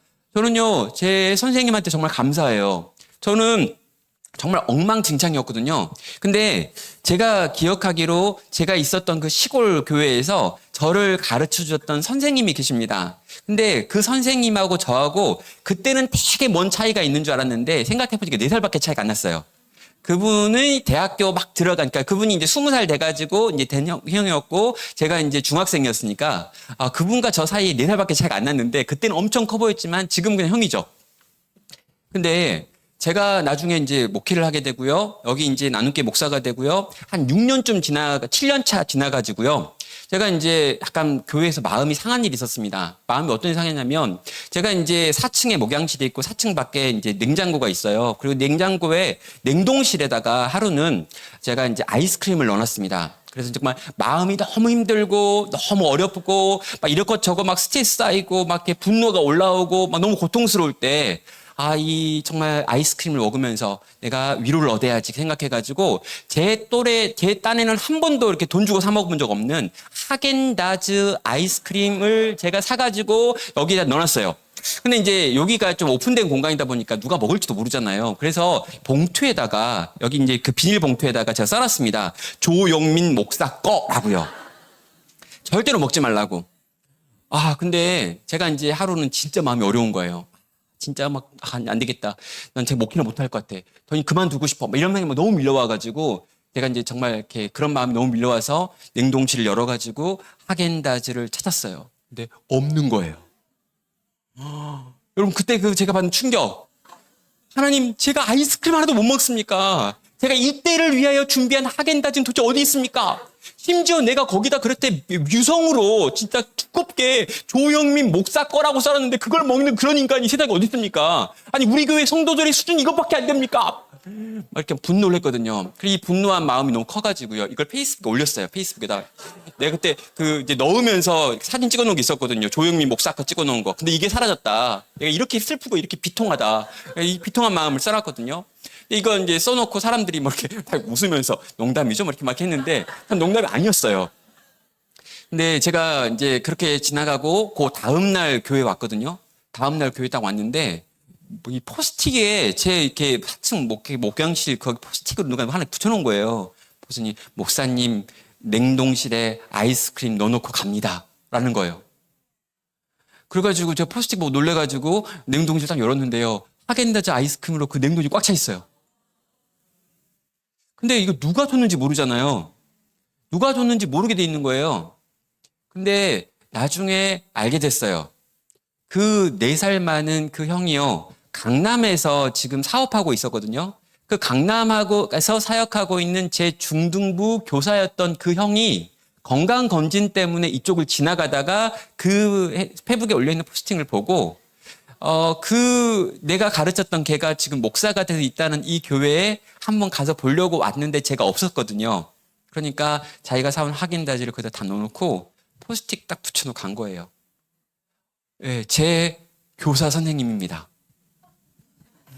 이 이야기 왜 있는지 모르겠는데. 여러분, 그런 사랑을 저는 지금도 받고 있어요. 그리고요, 그렇게 사랑해주는 분들이 지금 또 저희 교회의 교사가 되어서 맡겨진 영혼들을 위하여 애쓰고 노력하고 수고하고 있는 거죠. 저는요, 어떻게 보면 이렇게 목사들한테 비전이 없는 것 같아요. 이렇게 큰 교회나 이런 대형 교회 이런 걸로 가는 비전이 없는 것 같은데, 오늘 또 어떤 영혼을 위하여 자기의 시간과 자기의 물질과 자기의 능력을 쏟아붓고 아무런 대가도 요구하지 않는 당신들이 있다면 그분들을 통해서 당신의 역사는 지금도 일어나고 있고 이어질 거라고 믿는 겁니다. 하나님의 말씀을 바르게 믿고 그 말씀을 바르게 연구하고 인격이 변화되어지고 예수님을 닮은 사람들, 그분들이 교사라면 그런 일들이 일어난다는 거죠. 그래서 우리는요, 성경을 잘못 이해하면 안 되고요. 성경을 바르게 이해합니다. 그래서 전체의 맥락을 보셔야 되고요. 말씀 묵상과 함께 기도를 해야 되는 거고요. 그리고 말씀을 삶으로 바꾸기 위하여 애쓰고 노력하는 일들을 해야 하는 거죠. 자, 여러분, 우리가 만약에 바르게 성경을 공부할 때 우리의 삶에는 이런 열매들이 맺힐 텐데요. 이 포도나무 비유인데요. 깊은 기도로 말씀 때문에 나아가게 됩니다. 분별력 있는 지혜로 균형 잡힌 성숙에 이르게 되고요. 해가 갈수록 더 아름다워질 겁니다. 제가 바라는 건 이거예요. 해가 갈수록 더 아름다워지는 거. 그래서 왕년 같은 거 이야기 아는 사람, 이런 왕년을 이야기하는 분도 있잖아요. 제발 왕년 좀 그만냐. 내가 처녀적에 날라다녔어. 야, 그때 뭐 했어요, 이렇게. 그러니까 처녀적 말고 지금이 난 더 나아. 나는 지금 50인데 50이 진짜 전성기 같아. 근데 60이 된 다음에 아이고 그때 내가 몰랐네. 60이 전성기야. 70이 되니까 우와 이제는 내가 하나님과 마음이 거의 하나 같아. 80이 되니까 이제 주님 나라 갈 때가 되니까 인격이 정말 주님과 꼭딱하. 그래가지고요. 우리의 인격이 말씀과 함께 기도를 통해 가지고 날마다 그리스도를 닮은 모양이 되어 죽기 직전 그때가 가장 주님 닮은 모양이 되는 거. 그리고 이게 제 소망이에요. 지금도 저보고 훌륭하다고 말하는데 지금 저는 아무것도 아니에요. 10년 후에 저는 훨씬 더 예수님 닮을 겁니다. 20년 후에는요. 진짜 예수님과 제가 약간 분별하기 어려울지도 몰라요. 근데 약간 조심하셔야 돼요. 저를 봤는데 예수님이라고 부르면 안 돼요. 그러니까 정말 우리 인생이 날마다 주님을 닮아간다면, 날마다 주님을 닮은 모양으로 변화되어 있다면 그게 얼마나 복이라는 거죠. 그래서 이제 제 소원 중에 하나는 그거예요. 죽기 직전에 혹시 이렇게 침대에 누워가지고 뭐 혹시 후손들 이렇게 다 불러가지고 모을 수 있는 기회가 있다면 막 애들한테 이렇게 죽기 직전 보여주면서 이렇게 웃으면서 이렇게 이제 내 눈앞에 주님이 보이고 얼마 남지 않은 것 같고 사랑하는 아이들아, 사랑하는 손자들아, 내가 걸었던 이 길은 너무너무 아름다운 길이었어. 난 꽃길만 걸은 건 아니지만 그리스도와 함께 이 길 다 걸어냈어. 이제 얼마 안 남았다. 막 이러니까 우와 멋있잖아요. 아 그렇게 된다는 거예요. 하나님의 말씀을 잘 읽고 그걸 삶에 적용하고 그걸 가지고 기도하며 그 하나님의 말씀을 내 삶의 중심에 모시고 살아간다면요. 예, 주위에 있는 사람들에게 영향을 미치기 시작하죠. 왜요? 그리스도 닮은 인격이 되어 있을 거니까요. 정말 예수님 닮은 모양과 꼴이 되어 있을 거니까요. 복음을 내 삶 전체로 증거하고 보여주는 인생이 되니까요. 사랑하는 여러분, 여기 계신 우리 모든 우리 교사분들이요, 이렇게 하나님의 말씀을 바르게 연구하고 이 말씀의 능력을 체험하고 경험함으로 이렇게 변화되어 갈 수 있는 우리 모든 교사 되기를 주의 이름으로 축원합니다. 예, 우리 잠깐 쉬었다가요, 이제 두 번째 이 언약과 새 언약의 책 이야기하도록 하겠습니다. 한 5분간 휴식하고요, 한 40분 정도 이어서 강의하도록 하겠습니다.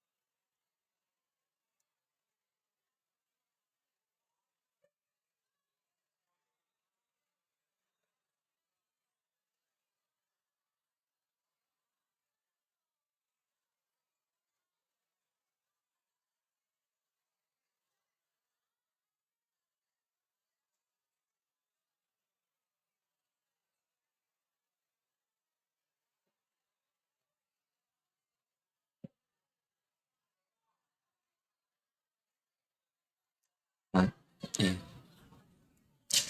네, 우리 이어서 두 번째 강의 시작하도록 하겠습니다. 네, 두 번째 강의 시작하겠습니다.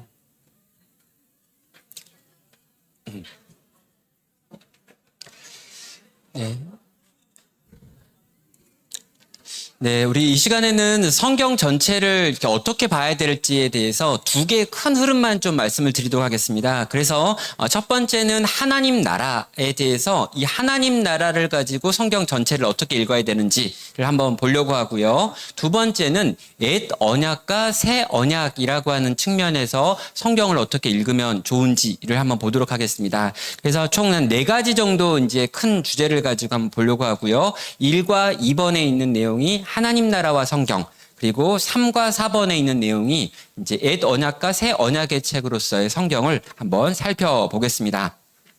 자, 먼저 성경 하나님 나라의 출범과 완성이라고 하는 부분을 보도록 하겠습니다. 자, 하나님 나라가 뭐냐라고 물어보면은요, 이건 하나님이 통치하시는 나라를 하나님 나라라고 부릅니다. 하나님께서 다스리시는 나라인 거죠.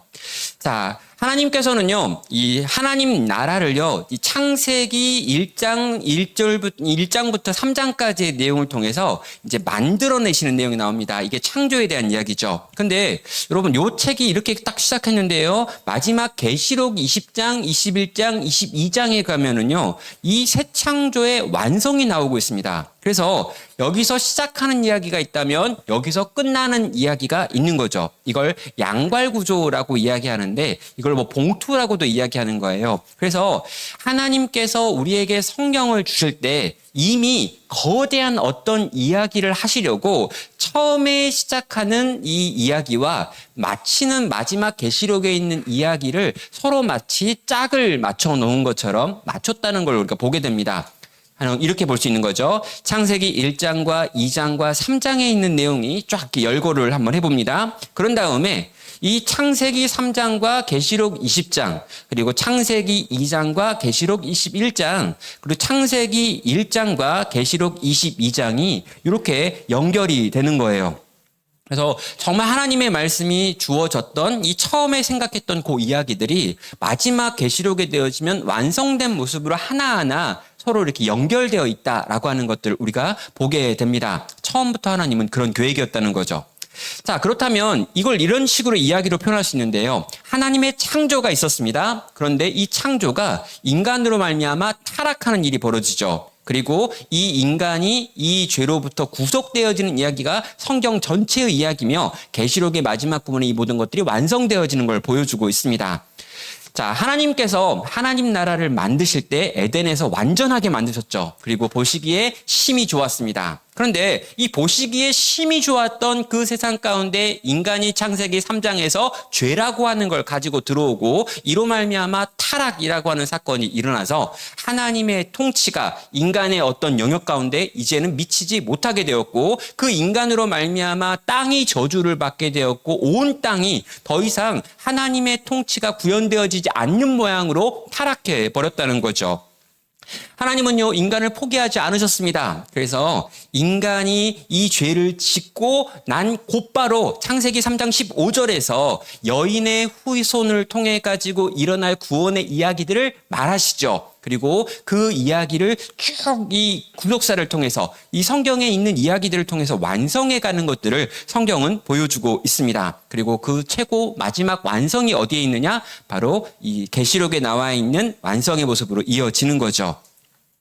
처음 가지고 있던 하나님 나라의 계획이요, 인간 때문에 수정되어지는 것들을 보여줍니다. 그리고 수정되어진 하나님의 계획이 어떤 식으로 구현되어지는지를 성경 전체가 풀어가고 있는 거죠. 그래서요, 언약이라고 하는 걸 통해 가지고 하나님께서는 당신의 나라를 차근차근 만들어 가시는 이야기가 이어서 계속해서 나오는 겁니다. 자, 하나님 나라의 이야기의 시작이 창세기 1장부터 2장에 있는 내용이었습니다. 인간이 타락했죠. 자, 인간이 타락했는데요. 아담과 하와가 타락했던 그 이야기가 거기서 끝나는 게 아니라 그 아들 가운데 있었던 가인과 아벨의 이야기를 통해 가지고 이것이 살인으로 번지는 게 나오고요. 이 뒤에 나와 있는 여러 가지 비참한 이야기들이 나오면서 죄가 땅에 가득한 이야기가 나오고요. 막 네피림이 나오고요. 그런 다음에 하나님이 더 이상 볼 수 없겠다 해가지고 노아의 홍수장면이 나옵니다. 그래서 원 인류가 점점 더 타락해가는 거, 점점 더 망가져가는 이야기들을 쭉 보게 되죠. 그리고 심지어 노아라고 하는 당대 의인이었던 그가 그렇게 노아의 홍수를 통해 살아났음에도 불구하고 또 다른 종류의 죄 가운데서 자식들을 저주하고 자기도 죄에 빠지는 모습들을 보여주면서 진짜 인간에게 소망이 없구나라고 하는 걸 보여주는 거예요. 그리고 이렇게 소망이 없는 그 인간들 가운데 하나님께서 어떤 방법을 쓰시는데 그게 바로 아브라함이라고 하는 사람이었죠. 그래서 창세기 11장부터 해가지고 아브라함이라고 하는 인생 가운데 찾아오셔서 그를 통해서 한 민족을 만드시는 이야기가 이 창세기에서 이제 12장부터 연결되어지는 족장들의 이야기로 펼쳐지게 되는 겁니다. 그러면서 하나님이 사용하시는 방법이 있는데 그 방법이 언약이라고 하는 방법이었죠. 아브라함에게 언약을 맺으시고요. 시내산에서 또 언약을 맺으시고요. 다윗과 언약을 맺으시고요. 점점 더 그 언약들을 확산시켜가면서 결국에 예수님 안에서 새 언약으로 만들어내는 이야기가 나오는 겁니다. 지금 이제 자막과 제가 따로따로 놀고 있어요. 예, 더 열심을 내주십시오. 더 빨리빨리 달려가야 됩니다. 지금 시간이 없어요. 지금 예, 달려가 주세요. 더 빨리. 예, 네, 좋아요. 예, 그래서 하나님 나라의 성취와 완성이라고 하는 계시록 21장까지 지금 창세기부터 계시록까지 달려가야 되는데 자막이 너무 느려요. 더 빨리 가야 됩니다, 지금. 그래서 예수님과 하나님의 나라가 어떻게 연결되는지를 또 생각해 보면은요, 하나님의 나라라고 하는 게 등장을 합니다. 근데 이 예수님이요, 이 땅에 오시면서 가장 먼저 선포한 게 뭐냐면 내가 이 하나님 나라를 가지고 내려왔다는 거예요. 하나님 나라가 가까이 왔다 그러더니 내가 곧 하나님 나라가 이 땅에 왔다라고 주장하면서 이 세례 요한의 선포에 이어가지고 예수님께서 또다시 선포하시면서 하나님의 나라가 이미 이 땅 가운데 나와 함께 왔다라고 하는 걸 선언합니다. 그리고 예수님께서 십자가에서 죽으시고 부활하시는 걸로 말미암아 더 이상 죄와 사망이 왕노릇하는 세상이 아니라 이 세상 속에 하나님의 나라가 이렇게 온전한 모습으로 임했다라고 하는 선언을 하고 있는 거죠. 구약에서는요, 옛 언약으로 계속해서 하나님의 나라가 임하고 있다라고 이야기했는데 이제 예수님 안에서 새로운 시대가 이미 열렸다, 하나님 나라가 왔다라고 선포하는 것입니다. 구약의 옛 언약에 이은 새 언약의 시대가 시작되었다라고 하는 게 바로 이제 신약이 시작되어지면서 우리에게 주어진 메시지인 거죠. 그리고 이 신약에서 시작되어진 새롭게 우리 가운데 주어진 하나님의 나라가 이 신약에 있는 모든 이야기와 교회의 이야기를 지나가면서 결국에는 계시록 20장부터 22장에 나와 있는 완성으로 하나님 나라가 완성되어지는 것으로 지금 연결되고 있는 거죠. 그래서 이 성경은 하나님의 나라가 이 땅 가운데 처음 만들어졌는데 이 죄로 말미암아 이 나라가 어떻게 망가졌으며 이것을 어떻게 회복시키고 계시고 어떻게 완성할지에 대하여 보여주는 이야기입니다. 라고 지금 말을 하는 겁니다. 자, 여기까지 이야기를 딱 들었는데 별로 감동이 없습니다. 그래서요, 이렇게 큰 이야기 속에서 그러면 우리는 뭔가, 사람은 뭔가, 인생은 뭔가라는 걸 보여주기 위한 이야기가 바로 그런 하나님 나라의 거대한 이야기 가운데 들어가 있는 사람들의 이야기인 거죠. 그리고 그게 족장들의 이야기입니다. 하나님의 나라를 유업으로 일궈가고 이어가고 있는 인생들에 대한 이야기가 이 성경에 나오는 거죠. 자, 하나님 나라에서 그 백성된 인간들에게는요, 어떤 역할이 있습니다. 그게요, 에덴 동산에서부터 우리에게 선포된 내용이었죠. 자, 에덴 동산에서 하나님께서 아담과 하와를 지으시면서 이 아담과 하와에게 맡겼던 일은 세 가지 종류의 일이었습니다. 하나는 왕으로서의 역할이었고요. 다른 하나는 제사장으로서의 역할이었고요. 다른 하나는 선지자로서의 역할이었던 거죠. 그럼 창세기 1장 26절부터 28절을 보면은요, 하나님께서 내 형상대로 인간을 만들자라고 말한 다음에 이 인간들에게 하시는 말씀이 뭐냐면은요, 이 땅에 있는 모든 생물을 다스리라라고 하는 말씀하고 계십니다. 이건요, 왕으로서의 그 지위인 거죠. 아담에게 이 세상에 있는 모든 생물들에 대하여 다스리는 일을 하라라고 하는 왕으로서의 지위를 맡긴 겁니다. 또 그에게 제사장으로서의 역할을 맡기셨는데요. 여기 보면 그것들을 경작하여 지키게 하라라고 말하고 있고요. 이 모든 것들에 대하여 이름을 주는 일을 하라라고 말하고 있는데 이게 제사장이 하는 역할입니다. 하나님과 인간 사이, 하나님과 세상 사이를 연결하는 일들을 하는데 이름을 준다라고 하는 것 그들의 정체성을 부여한다는 것이기 때문이죠. 또 선지자로서의 역할도 하면서 이제 이 아담에게 주어져 있는 세 가지 왕으로서의 역할, 제사장으로서의 역할, 선지자로서의 역할을 하라고 했는데 여러분 이 세 가지 역할을 아담이 실패하게 된 게 바로 죄였다는 거죠. 근데 하나님은요 여전히 이 왕, 제사장, 선지자라고 하는 역할을 인간들이 하기를 바라셨습니다. 그래서 이스라엘 백성들에게도 그 일을 하라고 부르셨던 거고요. 또 이 땅에 있는 지금 우리를 바라보시면서도 너희가 그리스도 예수 안에 있다면 왕 같은 제사장, 아름다운 덕을 선포하는 자, 그리고 여기 나와 있는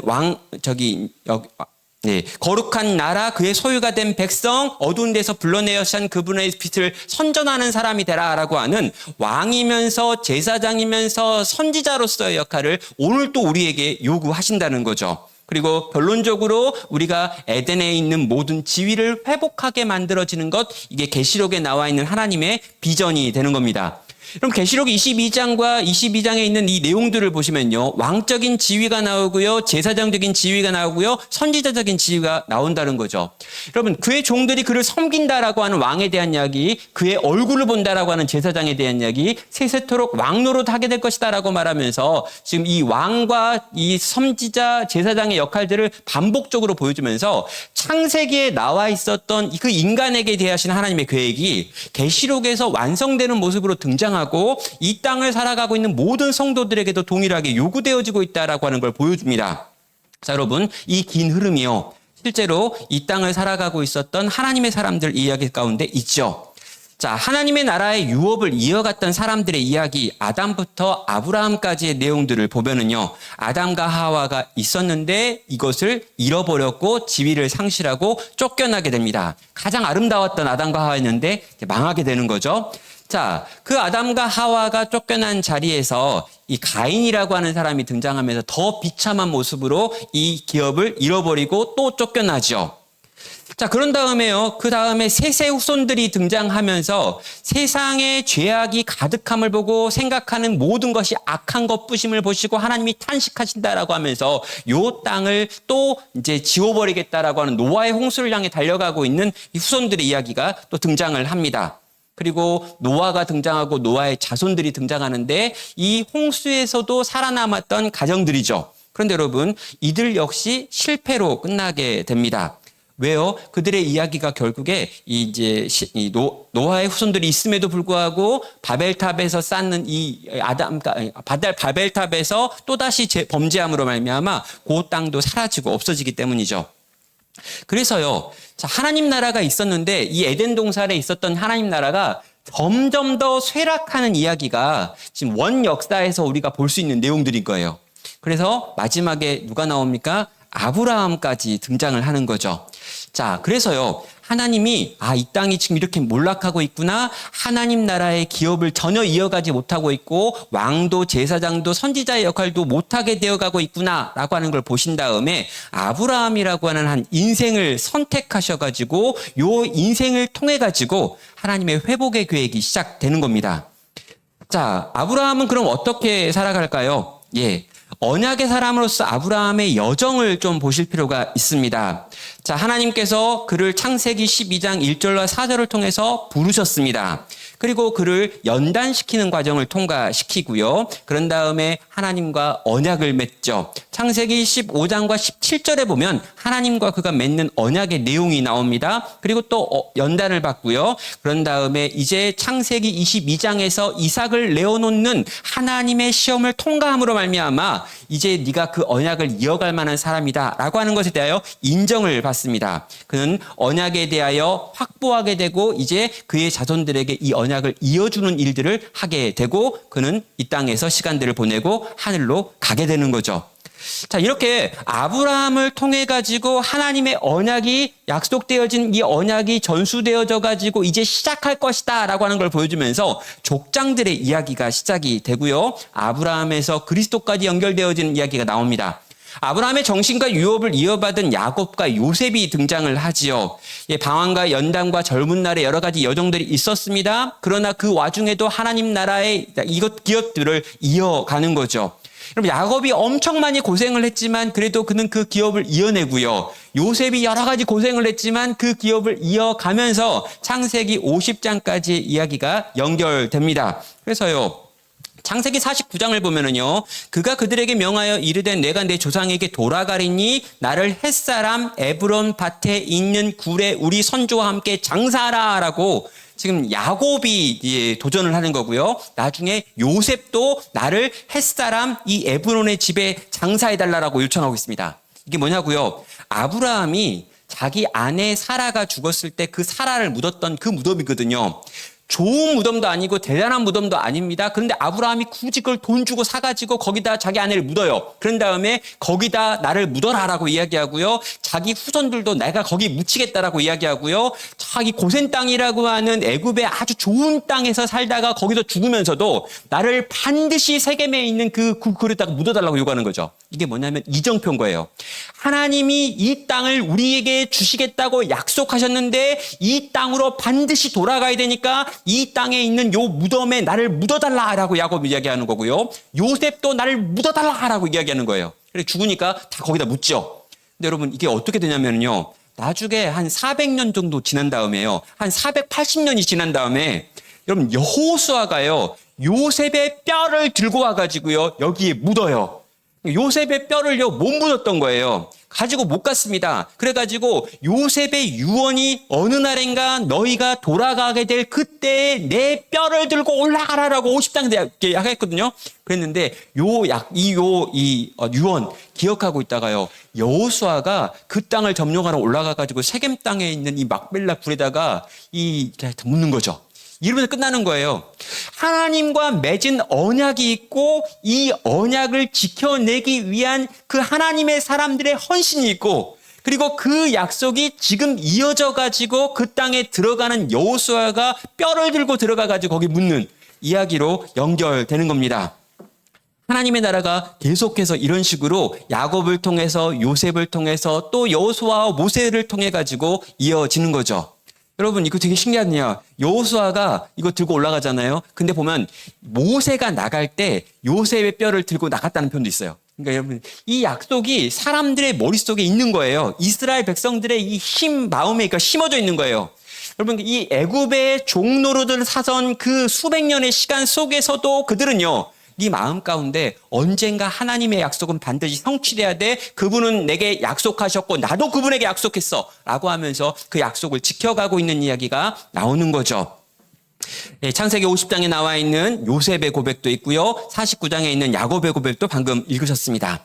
자, 그러면은요, 이 요셉의 유언을 지키는 모세와 여호수아의 이야기 쭉 연결되어 나오고요. 여호수아 시대에 뼈를 가지고 올라와 가지고 장사했다라고 하는 내용도 여러분 보셨습니다.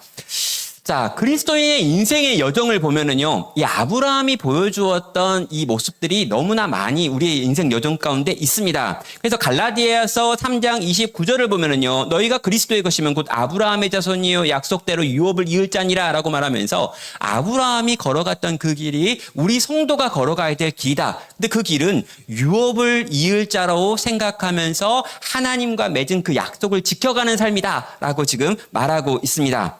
여러분, 동일한 이야기를요, 로마서 4장에서도 이야기하죠. 로마서 4장 16절부터 17절까지에 있는 내용을 보면요, 아브라함의 믿음에 속한 자에게도 그러하니 아브라함은 우리 모든 사람의 조상이다라고 말하면서 믿음의 조상 아브라함이라는 표현이 바로 여기서 나오는 겁니다. 그래서 모든 믿음을 가진 자들은 아브라함이 걸어갔던 요 언약을 지켜가고 이 유업을 이어가려고 살아가는 삶의 방식을 살아간다라고 말하고 있는 거죠.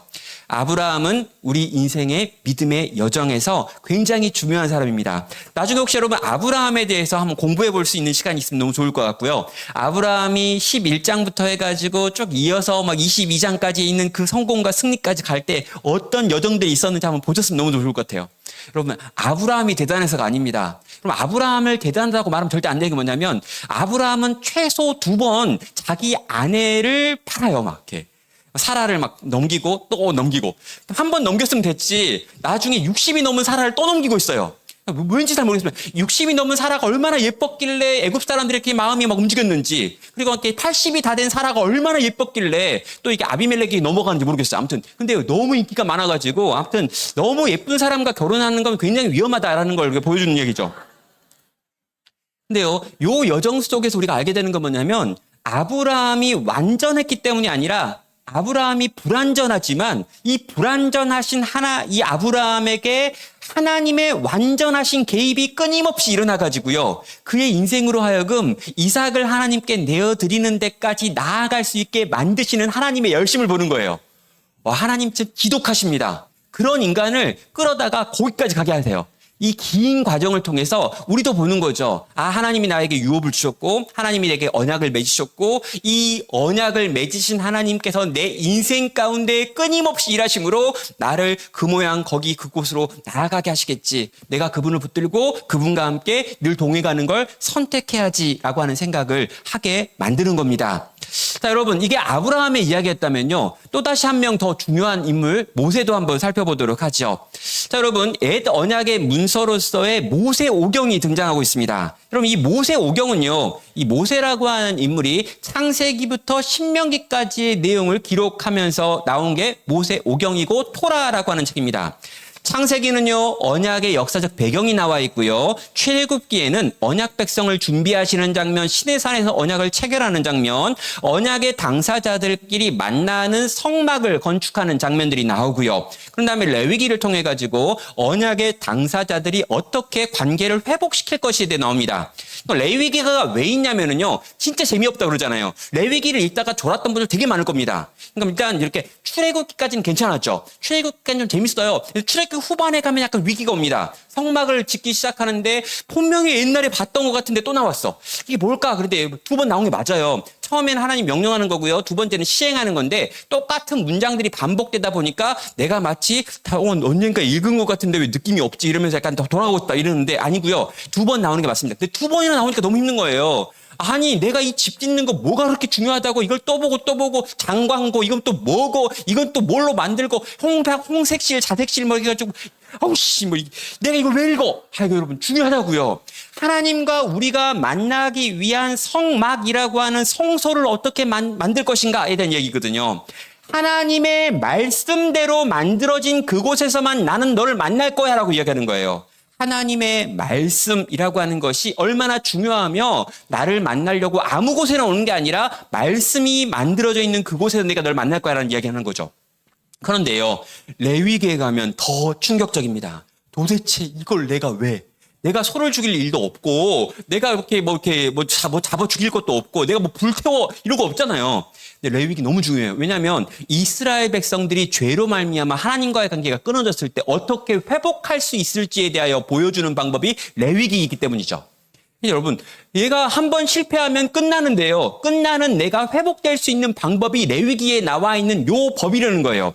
요 법을 지켜가지고 내가 나오면 내가 널 받아주겠다는 거예요. 내가 너를 용서하겠다는 거죠.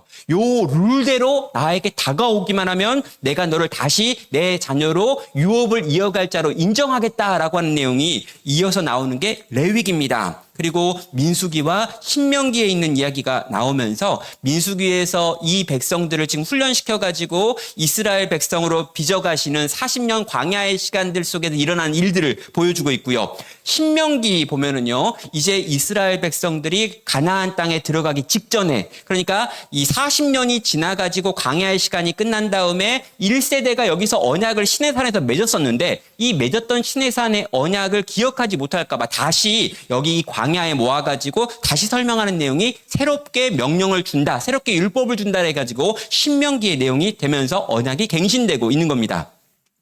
자, 여러분, 여기 이 큰 이야기가 모세 오경의 큰 스토리예요. 그래서 시내산의 언약이 언제 설치되는가? 1세대가 경험하게 됩니다. 출애굽해가지고 3개월 지나가지고 시내산에 도착해가지고 거기에 1년여의 시간을 머물면서 출애굽 1세대가 시내산에서 하나님과 언약을 맺죠. 이때 어떤 언약을 맺습니까?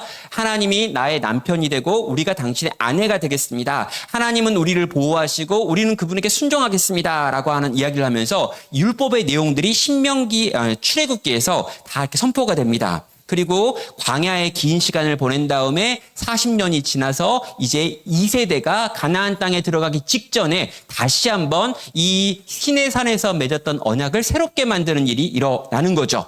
자, 이게 모세 오경 전체에서 언약을 어떻게 다루고 있는지를 정리한 내용이었습니다.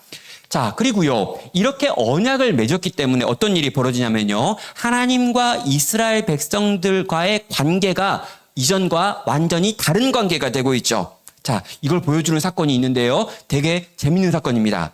자, 여러분, 금송아지 사건 아시나요? 금송아지. 이게 뭐냐면은요, 이제 출애굽 32장에서요, 이 모세가 하나님께 언약을 받으려고 시내산 꼭대기로 올라가 버렸는데, 올라간 다음에 안 내려오는 거예요. 먹을 거 챙겨간 것도 아닌데, 또 보니까 막 위에서 전개 치고 천둥 치고 막 그런데, 거기 우리 지도자가 올라가가지고 40일이 넘도록 안 내려오니까 밑에 있는 사람들의 입장이 뭐냐면은요, 모세가 올라가서 죽었구나라는 거예요. 그러니까 모세가 우리의 지도자인데 우리의 지도자가 신을 만나러 갔다가 거기서 죽어버리고 사라져버린 것이기 때문에 밑에서 혼란이 온 거죠. 그래가지고 모세의 형이었던 아론에게 우리를 인도할 신을 만들어달라고 요청하고 금송아지를 하나 만들게 됩니다. 자, 여러분, 이 금송아지 만든 걸 보고요, 하나님께서 엄청 화를 내셨죠. 그래가지고 모세한테 내려가 봐라. 그래가지고 지금 너네 목숨 다 음란하다, 다 방탕하다. 그러면서 이제 내가 너를 못 가겠다, 막 이런 얘기를 하시죠. 자, 하나님께서 너무 짜증이 났습니다. 뭐라고 그럽니까? 내가 그들에게 진노하여 그들을 진멸하고 너를 큰 나라가 되게 하리라. 그런 얘기입니다. 이게 뭐냐면요, 그 모든 백성 다 쓸어버리고 모세 너 집안을 통해 가지고 새로운 민족 만들어 가지고 내가 내 언약 이어갈게 라고 말씀한 거예요. 자, 모세의 입장에서는요, 손해볼 게 하나도 없죠. 맞죠? 그 이상한 백성들 다 없애고 모세를 통해 새롭게 만드니까. 근데 모세가 뭐라고 말합니까? 이렇게 말해요. 이렇게 이어서 이렇게 말합니다. 주의 맹렬한 노를 그치시고 뜻을 돌이키사 주의 백성에게 이 화를 내리지 마옵소서라고 말합니다. 하나님이 엄청 화를 냈어요. 다 쓸어버리겠다라고 이야기했어요. 모세를 통해서 새로운 민족 만들 거야 그랬어요. 모세가 그걸 딱 들었습니다. 듣더니 하는 말이 뭐냐면, 주여 맹렬한 노를 그치시고 뜻을 돌이키시고 주의 백성에게 화를 내리지 마십시오라고 말했어요. 그럼 하나님이 어떻게 될까요? 하나님쯤 되시면은요, 내가 뭘 말할 때 뭔가 이렇게 생각을 하고 말하잖아요. 근데 이게 지금 건방지게 얘가 이거 하지 말라는 거예요. 그 뭐야 그러죠. 하나님의 반응이 나오는데 뭐라고 반응하냐면 여호와의 반응입니다. 이어서 나옵니다. 여호와께서 뜻을 돌이키사 말씀하신 화를 그 백성에 내리지 아니하였대요. 이게 뭡니까 도대체? 아니, 하나님이 뭘 말했는데 모세가 하지 마 그랬더니 안 할게 그랬어요. 자, 여러분, 금송아지 사건은 끝나지 않습니다. 이어서 또 33장에 나와 있는 내용을 보면은요, 33장 1절에서 이렇게 말합니다. 여호와께서 모세에게 이르시되 너는 내가 애굽 땅에 인도하여 낸 백성과 함께 여기를 떠나서 내가 아브라함과 이삭과 야곱에게 맹세한 내 자손들에게 주기로 한 그 땅에 올라가라. 너희는 적과 꿀이 흐르는 땅에 이르게 하려니와 나는 너희와 함께 올라가지 아니하리니 너희는 목이 곧은 백성이들 내가 길에서 너희를 진멸할까 염려함이다 라고 말합니다. 하나님 뭐라고 말하냐면, 내가 너네를 멸망시키진 않을게. 근데 같이는 못 가겠어. 너네는 같이 있는 거 너무 짜증나. 안 갈 거야. 너네 그냥 다 가가지고 거기서 살아. 나는 안 가. 하나님이요, 약간 좀 이렇게, 하나님이 약간 좀 그러네요. 그래요. 근데 하나님이 이렇게 반응했어요. 하나님이 싫다는 거예요. 안 가겠다는 거예요. 자, 그러면 모세는 뭐라고 이야기할까요? 자, 모세가 뭐라고 반응하냐면요, 여기서 이렇게 반응해요. 원하건대 주의 길을 내게 보이사 내게 주를 알리시고 나로 주의 목전에 은총을 입게 하시며 이 족속을 주의 백성으로 여기소서. 모세가 여호와께 이르되 주께서 친히 가지 아니하시려거든 우리를 이곳에서 올려보내지 마옵소서라고 말합니다. 하나님이 네가 너네랑 안 갈 거야. 그냥 가서 너네끼리 잘 먹고 잘 살아 그랬어요. 근데 모세가 어떻게 하냐면요, 또 막더니 하나님 안 가면 우리도 안 갈 겁니다. 하나님이 우리 백성이고 내가 우리 하나님 백성인데 우리가 어디 갑니까? 딱 그런 거죠. 이렇게 말하면 또 하나님 어떻게 되죠? 내가 안 간다니까 그래야 되잖아요. 아니, 내가 안 간다고 그랬고 내가 천사 시켜가지고 너는 지켜주겠다고 그랬고 적과 꿀이 흐르는 땅에 들어가 해주다니까 내가 가기 싫다고 이 백성들을 목이 곧아가지고 또 나한테 반항하고 나한테 짜증내고 내가 그래도 또 화가 나가지고 애들 진멸시킬지도 몰라. 안 가. 했는데 아니죠. 그래도 가야죠. 하나님 우리가 누굽니까? 막 이렇게 되는 거예요. 자, 이 말을 들은 하나님의 반응이 또 이어서 나오죠. 여호와의 반응이십니다. 여호와께서 이르시되 내가 친히 가리라. 내가 너를 쉬게 하리라. 내가 말하는 이 일도 내가 하리니. 이게 뭡니까? 하나님 너무 웃기잖아요? 이거인 거예요. 지금 이게 어떤 사건인지를 기억할 필요가 있는데요. 지금 하나님을 향해서 우리가 배신한 사건이에요. 그래서 하나님이 이렇게 배신한 너네와 함께 할 수 없다라고 그랬어요. 근데 이 모세가 중간에 딱 끼어들어가지고 하나님 그러시면 안 됩니다. 하나님 어디 가시려고 그럽니까? 하나님 어떻게 우리를 진멸하려고 합니까? 안 됩니다. 왜? 하나님 당신께서 우리랑 시내산 위에서 언약을 맺으셨거든요. 그때 당신이 남편 하기도 했고 우리가 아내 하기로 했습니다. 근데 우리가 부족하다는 거 당신이 알고 그 언약 맺었잖아요. 근데 우리가 부족하다고 떠나실 수 있습니까? 버릴 수 있습니까? 우리를 죽일 수 있습니까? 못 죽입니다. 그러니 돌아오세요. 그러니까 언약? 알았어. 돌아오시는 거예요, 이렇게. 하나님 어떤 분이냐면요. 언약에 매이신 분이라는 거죠. 비슷한 이야기가 탐방 정탐을 보고한 다음에 일어나는 민수기 13장과 14장에도 비슷한 내용이 나와 있습니다. 여기 보면 여호와께서 이렇게 말합니다. 내가 전염병으로 그들을 쳐서 멸하고 내게 그들보다 크고 강한 나라를 이루게 하리라라고 모세에게 또 이야기해요. 그러니까 정탐꾼을 보내가지고 가데스 바네아에서 이걸 보고 오더니 그 인간들이 하는 말이 뭐냐면 이 여호수아와 갈렙 두 사람을 말고 나머지 10명이 뭐라고 그랬냐면 저기는 안악자손이 있고 산 높고 어렵고 힘들고 못 가겠다 막 이렇게 하니까 그러면 우리 못 가겠다 그러면서 모세한테 돌 던져 죽이려고 그러거든요. 이 백성을 보고 또 하나님 너무 열받으신 거예요. 그래서 내가 전염병으로 그것을 다 쓸어버리고 모세 너를 통해 가지고 새 민족 만들어 가지고 가나안 땅 들어가게 해줄게 라고 말씀하신 거예요. 자, 여러분, 모세의 대답입니다. 모세는 이렇게 대답하죠. 여호와가 이 백성에게 주시기로 맹세한 땅에 인도할 능력이 없으므로 광야에서 죽였다라고 사람들이 말하면 어떡합니까? 그럽니다. 그런 다음에 민수기 14장 99절을 통해 가지고 구하옵나니 주의 인자의 광대하심을 따라 이 백성을 죄악에서 사시되 애굽에서부터 지금까지 이 백성을 사신 것 같이 또 사여 주시옵소서. 말이 됩니까? 이게 지금 이스라엘 백성을 얼마나 참아주셨는데, 그 정도로 은혜를 베푸시고, 그 정도로 도와주시고, 그 정도로 했으면 이스라엘 백성들이 이제 하나님의 말 들어야 되는데, 그 눈앞에 좀 거대한 거인들 보이고, 큰 산성 보인다고 해가지고, 안 되겠다, 그러고 또 돌아가겠다고 하니까, 하나님 열받아서 안 되겠다, 못하겠다 그런 거예요. 근데 또 그 하나님을 막아서면서 모세가 아니라고. 하나님 이렇게 우리 다 죽이시면, 동네 사람들이 다 하나님 욕한다고. 하나님이 능력이 없어 우리 다 죽였다고 그런다고. 그렇게 얘기한 다음에 우리를 사하시고 또 사하십시오. 이 애굽 땅에서 우리를 사하셨던 것처럼 그간 계속 사하셨던 것처럼 또 사하십시오. 여러분 여호와께서 이쯤 되면 어떻게 반응하실까요? 곧바로 이어서 20절에서 19절에서 그렇게 모세가 말했는데 20절에서 중간에 잠깐도 생각 안 하시고 여호와께서 이르시되 내가 내 말대로 사노라. 와, 이게 뭡니까? 하나님 정말, 이게 남자색, 이게 가오? 진짜 이게 진짜 하나님이 이렇게 좀 이렇게 모세랑만 대화를 하면 뭔가 진짜 가오가 하나도 안 살아요. 모세가 중간에 딱 들어가지고, 하나님, 그러시면 안 되죠. 그럼, 알겠다. 하나님, 그러시면 안 되죠. 알겠다. 내 말대로 사노라. 이게 끝이에요. 이유가 뭡니까? 하나님이요, 언약에 묶이시고 매이셨다는 거예요. 하나님이 하신 말씀에 그분 스스로가 묶이셨습니다. 시내산에서 내가 남편이 되어 너희를 지키겠다, 내가 너를 사랑하겠다라고 하는 그 약속에 묶이신 거예요. 그래가지고 그 뒤로 그 약속을 붙들고 하나님께 나아가면 하나님이 꼼짝을 못 하시는 거예요. 근데 이게요, 이스라엘 백성에게 굉장히 중요한 두 단어가 있는데 바로 이 에메트라고 하는 단어와 이 헤세드라고 하는 단어입니다. 이게 뭐냐면 진실과 사랑이라고 하는 두 단어인 거죠. 이게 뭐냐면 하나님과 우리가 맺은 관계가 뭐냐면 하나님 편에서 우리를 향해서 이 에메트라고 하는 진실을 가지고 또 이 헤세드라고 하는 사랑을 가지고 우리를 대하시겠다라고 약속하신 언약인 거예요. 언약의 용어예요. 그래서 이스라엘 백성이요, 요 두 언약의 단어를 가지고 하나님께 나아가면 하나님이 계속해서 알겠다, 알았다, 하겠다, 용서할게, 또 기다릴게 라고 대답하고 계신다는 거죠. 하나님은 어떤 하나님이십니까? 언약에 묶여 계신 하나님으로 자기를 보여준다는 거죠.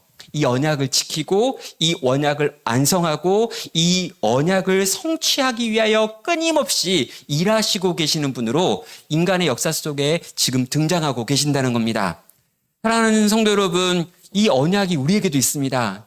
하나님께서 우리에게 맺은 하나님의 약속들이 있는 거죠. 그리고 이 약속을 하나님은 지금도 성실하게 신실하게 지켜내고 계십니다. 우리를 구원하시겠다고 하는 그 약속을 지금도 지켜가고 있는 거고요. 네가 눈물로 뿌린 씨앗은 반드시 열매를 맺게 하겠다라고 하는 그 약속의 말씀에 매여서 그 일을 행하고 계신다는 거예요. 우리가 말씀을 믿고요, 말씀을 신뢰하고요, 그 말씀으로 영혼들을 돌볼 수 있는 이유도 하나님은 한 번 하신 그 말씀을 성실하게 행하시는 것 외에 다른 방법이 없는 분이시기 때문입니다. 언약하시고 그 약속하신 언약에 매이시고 묶이셔서 오늘 또 그 일을 행하시는 하나님을 믿기에 오늘 우리는 성도로 이 땅을 또 살아갈 수 있다라는 거죠.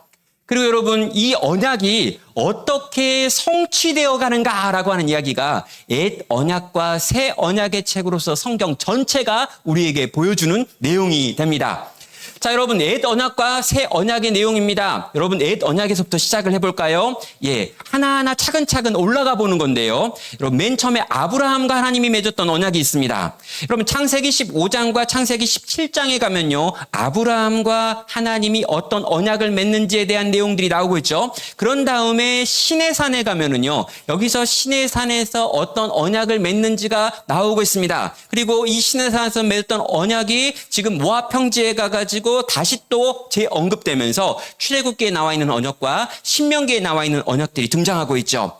자, 이런 언약이요, 다윗 왕조와 맺은 언약으로 사무엘하 7장에서 하나님이 다윗과 함께 하겠다고 말하고 너의 왕조를 지켜가겠다고 이야기하는 다윗 언약으로 발전되게 됩니다. 그런 다음에 예수님께서 이 땅 가운데 오셔가지고 새 마음을 너희에게 준다라고 말하고요. 성령의 시대가 온다라고 말하고요. 하나님의 나라가 이 땅 가운데 임했다라고 말하면서 이 예수님께서 내가 옛 언약이 아니라 새 언약의 일꾼으로 이 땅에 왔다라고 하는 걸 보여주고 있습니다.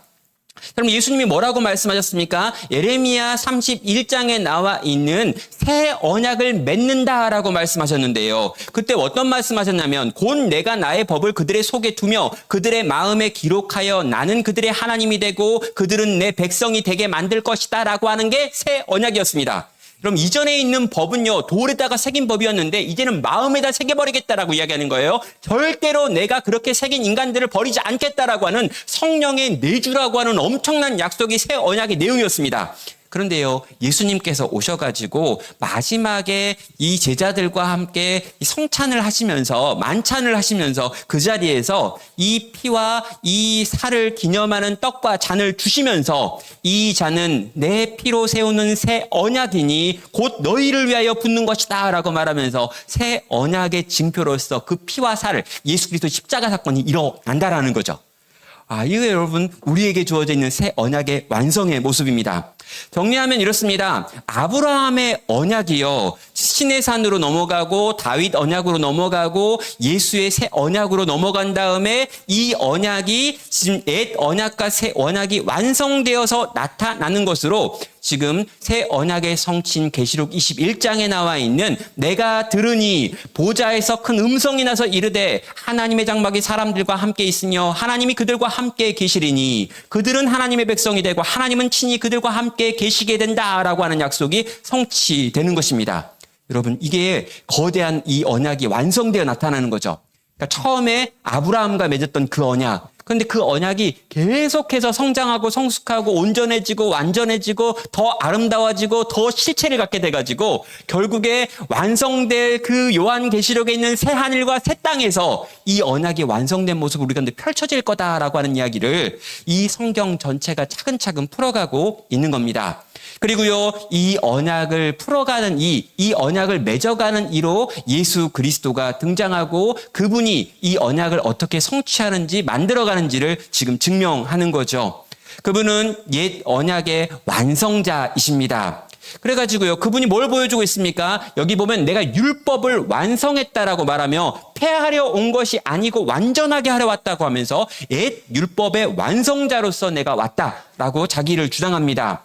또 예수님은요, 내가 성전이다라고 주장을 하지요. 사람들은 지금 성전을 생각하고 있고 눈에 보이는 건물을 생각하고 있는데 아니다. 예수는 성전된 자기 육체를 가리켜 말씀하신 것이다라고 예수님은 곧 자기를 성전이라고 이야기했고요. 마가복음 11장을 보면요, 기록된 바 내 집은 만민이 기도하는 집이다라고 말하면서 지금 만민이 기도하는 집이라고 말하는 성전을 내 집이라고 이야기하면서 내가 곧 성전이다라고 하는 주장을 하고 있습니다. 여러분, 성전이라고 하는 하나님과 만남과 교제의 장소라고 하는 성소의 개념을 그리스도 예수 안에서 완성시켜 버리고 있는 거죠. 언약이 있었고 이 언약의 중요한 것이 율법이었고 이 언약의 중요한 것이 성소였는데 그걸 다 예수님께서 자기 안에서 완성하셨다라고 말하고 있는 겁니다. 여러분, 이 예수님께서요, 이렇게 자기가 이 언약을 다 체결했다, 완성했다라고 말하신 다음에요, 옛 언약과 새 언약이 예수 그리스도 안에서 지금 완성되어 성취되고 있는 장면도 계시록을 통해 가지고 21장과 22장은 보여주고 있습니다. 자, 여러분, 21장과 22장에 보면은요, 언약은 살아있는 법이다라고 이야기하는데요, 여기 보면은 이런 내용도 있습니다. 자, 당사자의 상황에 따라 가지고 언약을 창조적으로 적응시켜 가시는 하나님의 섭리가 여기에 등장을 하죠. 자, 내용은 이렇습니다. 자, 모세 오경과 신구약 전체가 맺고 있는 관계 속에서 하나님께서 하나님이 처음 맺으셨던 언약을 어떤 식으로 발전시켜지는지를 보여주는 거죠. 자, 그래서 구약과 신약을 한번 연결시켜 가지고 보도록 하겠습니다. 자, 구약과 신약, 오경과 역사서와 시가서와 선지서에 있는 내용들을 정리하면 다음과 같이 정리할 수 있습니다. 자, 오경에서는 옛 언약의 법과 규범, 옛 언약의 공동체에서 어떻게 역사했는지, 시가서에서 이 옛 언약의 백성들이 어떻게 영적인 생활을 했는지, 선지서에서 옛 언약의 사람들이 어떻게 설교했고 언약 공동체가 어떻게 지금 몰락했는지에 대한 내용들이 쭉 나옵니다. 이게 구약의 흐름이었어요. 옛 언약의 이야기들이 구약에서 계속 펼쳐지고 있는 겁니다. 그러면요, 신약은 과연 어떠냐라는 거예요.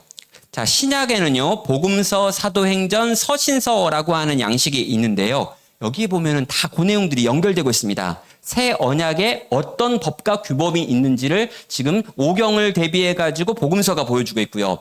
역사서들이 보여주고 있는 그 내용이 사도행전을 통해 가지고 공동체에 일어난 역사들을 보여주고요.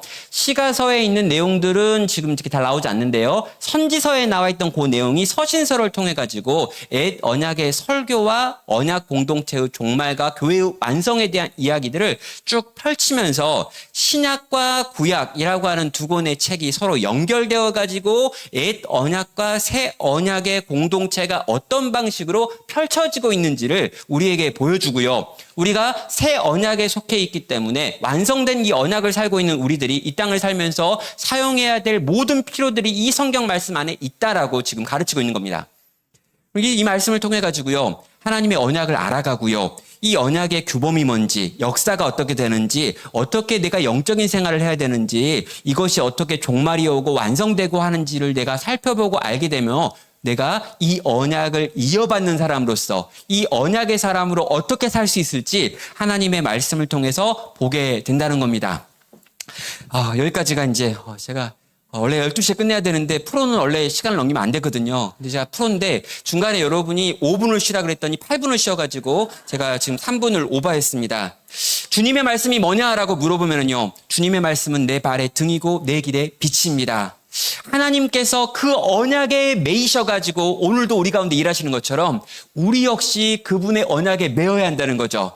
그분이 우리의 남편이 되어서 우리를 지키고 보호하겠다라고 하는 그 약속을 지키고 계신다면요, 우리가 그분의 아내가 되어가지고 그분을 사랑하고 그분을 섬기는 일과 관련된 그 언약을 지켜내는 삶을 오늘 우리가 살아내야 하는 것입니다. 그리고 여러분, 그 아름다운 신랑의 그 아름다운 언약 지킴과 그 신부의 아름다운 언약에 지키는 모습이 나중에 계시록에 가면 새하늘과 새 땅에서 새 예루살렘 성에 들어가는 이 예수 그리스도와 이 땅의 교회와 성도의 결혼이라고 하는 장면으로 연결되는 거죠. 하나님의 말씀은요, 여전히 우리의 발을 지키고 우리의 발을 이끄는 등불이 되어주십니다. 우리의 길을 비추시는 빛이 되어주십니다. 우리가 그분의 말씀을 붙들고 그 말씀에 매여서 하나님이 하나님의 말씀에 매이신 것처럼 우리가 하나님의 말씀에 매여 이 땅을 살아간다면 그분이 우리에게 원하시는 정말 아름다운 성도의 삶, 그분이 우리 가운데 원하시는 귀한 성도의 아름다운 열매들과 결실들을 경험할 수 있게 될 것입니다. 여기 계신 우리 모든 교사분들이요, 이 하나님의 언약에 매이고 묶여서 그 하나님을 만나고 누리고 경험하며 나눌 수 있는 귀하고 복된 성도 되기를 주의 이름으로 축원합니다. 자, 기도하겠습니다. 사랑과 은혜가 많으신 하나님 아버지, 하나님 당신께서 언약에 매이셨음을 보게 하시니 감사합니다. 우리가 이 성경을 통하여 하나님이 매이신 그 언약에 우리도 매이게 하여 주시옵소서. 이 하나님의 말씀이 반드시 우리 가운데 성취될 것을 믿으며 그 말씀을 믿고 붙들고 이 땅을 살아감으로 하나님이 만드시는 위대한 일들을 경험하고 누리고 나눌 수 있는 저희 되게 하시며, 저희가 섬기고 있는 귀한 영혼들 품고 그들과 함께 이 말씀으로 씨름할 때 하나님의 말씀의 능력을 체험하고 경험하는 일이 일어나게 하여 주시옵소서. 주님, 거대한 언약이 지금도 흘러가고 있고 거대한 하나님의 나라가 지금도 돌격하고 있고 거대한 하나님의 능력의 역사가 오늘도 경험되고 있사오니 주여 이 일에 우리를 사용하시고 써 주시옵소서. 주께 감사하며 이 모든 것 예수님의 이름으로 기도합니다. 아멘.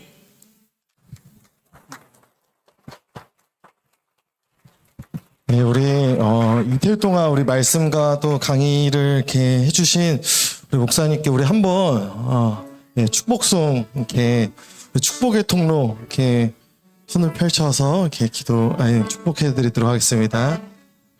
당신은 하나님의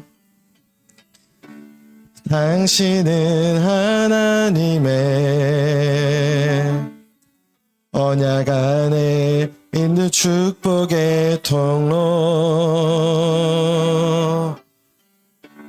당신을 통하여서 열방이 주께 돌아오리. 한 번 더 축복하겠습니다. 당신은 하나님의 언약 안에, 당신은 하나님의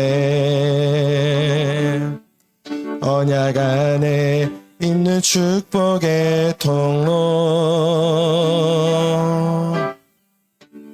당신을 통하여서 열방이 주께 돌아오게 되리.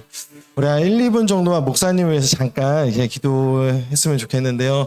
이제 앞으로의 사역 가운데 또 목사님께서 귀한 말씀의 또 사역자로 또 하나님께서 사용하여 주시고, 또 방금 축복했던 찬양의 가사처럼 많은 사람들로 하여금 주님께 돌아오고 주님께 예배하게 만드는 귀한 또 목사님으로 또 하나님께서 사용해 주시고, 또 목사님의 모든 사역과 또 가정과 또 교회와 또 모든 삶의 현장 가운데 늘 하나님의 은혜가 흘러 넘칠 수 있도록 인도하여 달라고 우리 잠깐 기도하고 제가 마침 기도하도록 하겠습니다. 기도하겠습니다.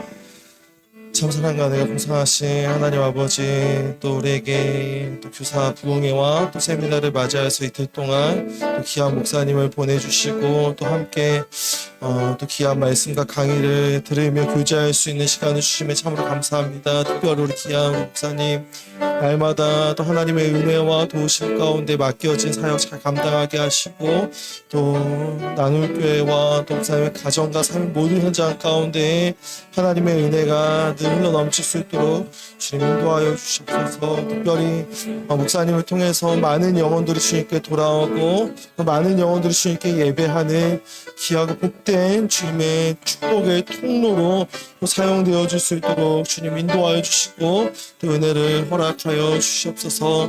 또 우리 모든 선생님들 또 이틀 동안 들은 말씀과 강의를 삶의 현장에서 잘 또 살아내고 또 적용할 수 있는 우리 모든 선생님들 될 수 있도록 주님 인도하여 주시옵소서.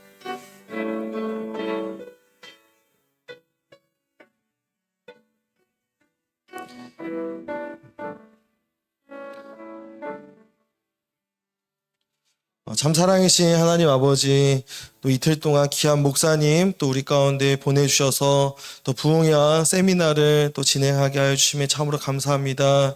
우리 귀한 목사님 가운데 늘 함께 하여 주시고 또 우리가 함께 축복했던 이 가사처럼 열방이 또 잃어버린 영혼들이 주님께 돌아오고 또 주님께 예배하는 그 일에 귀하게 또 사용될 수 있도록 주님 늘 인도하여 주시고 은혜를 허락하여 주시옵소서. 또 사역하시는 나눔교회와 또 목사님의 가정과 또 목사님의 삶의 현장과 자리 가운데 늘 하나님께서 함께하여 주시고 또 한량없는 은혜를 부어주셔서 하나님께 영광 올려드리며 나아가는 우리 귀한 목사님 될 수 있도록 주님 인도하여 주시옵소서. 모든 것 감사드리며 살아계신 예수 그리스도의 이름 받들어 기도합니다.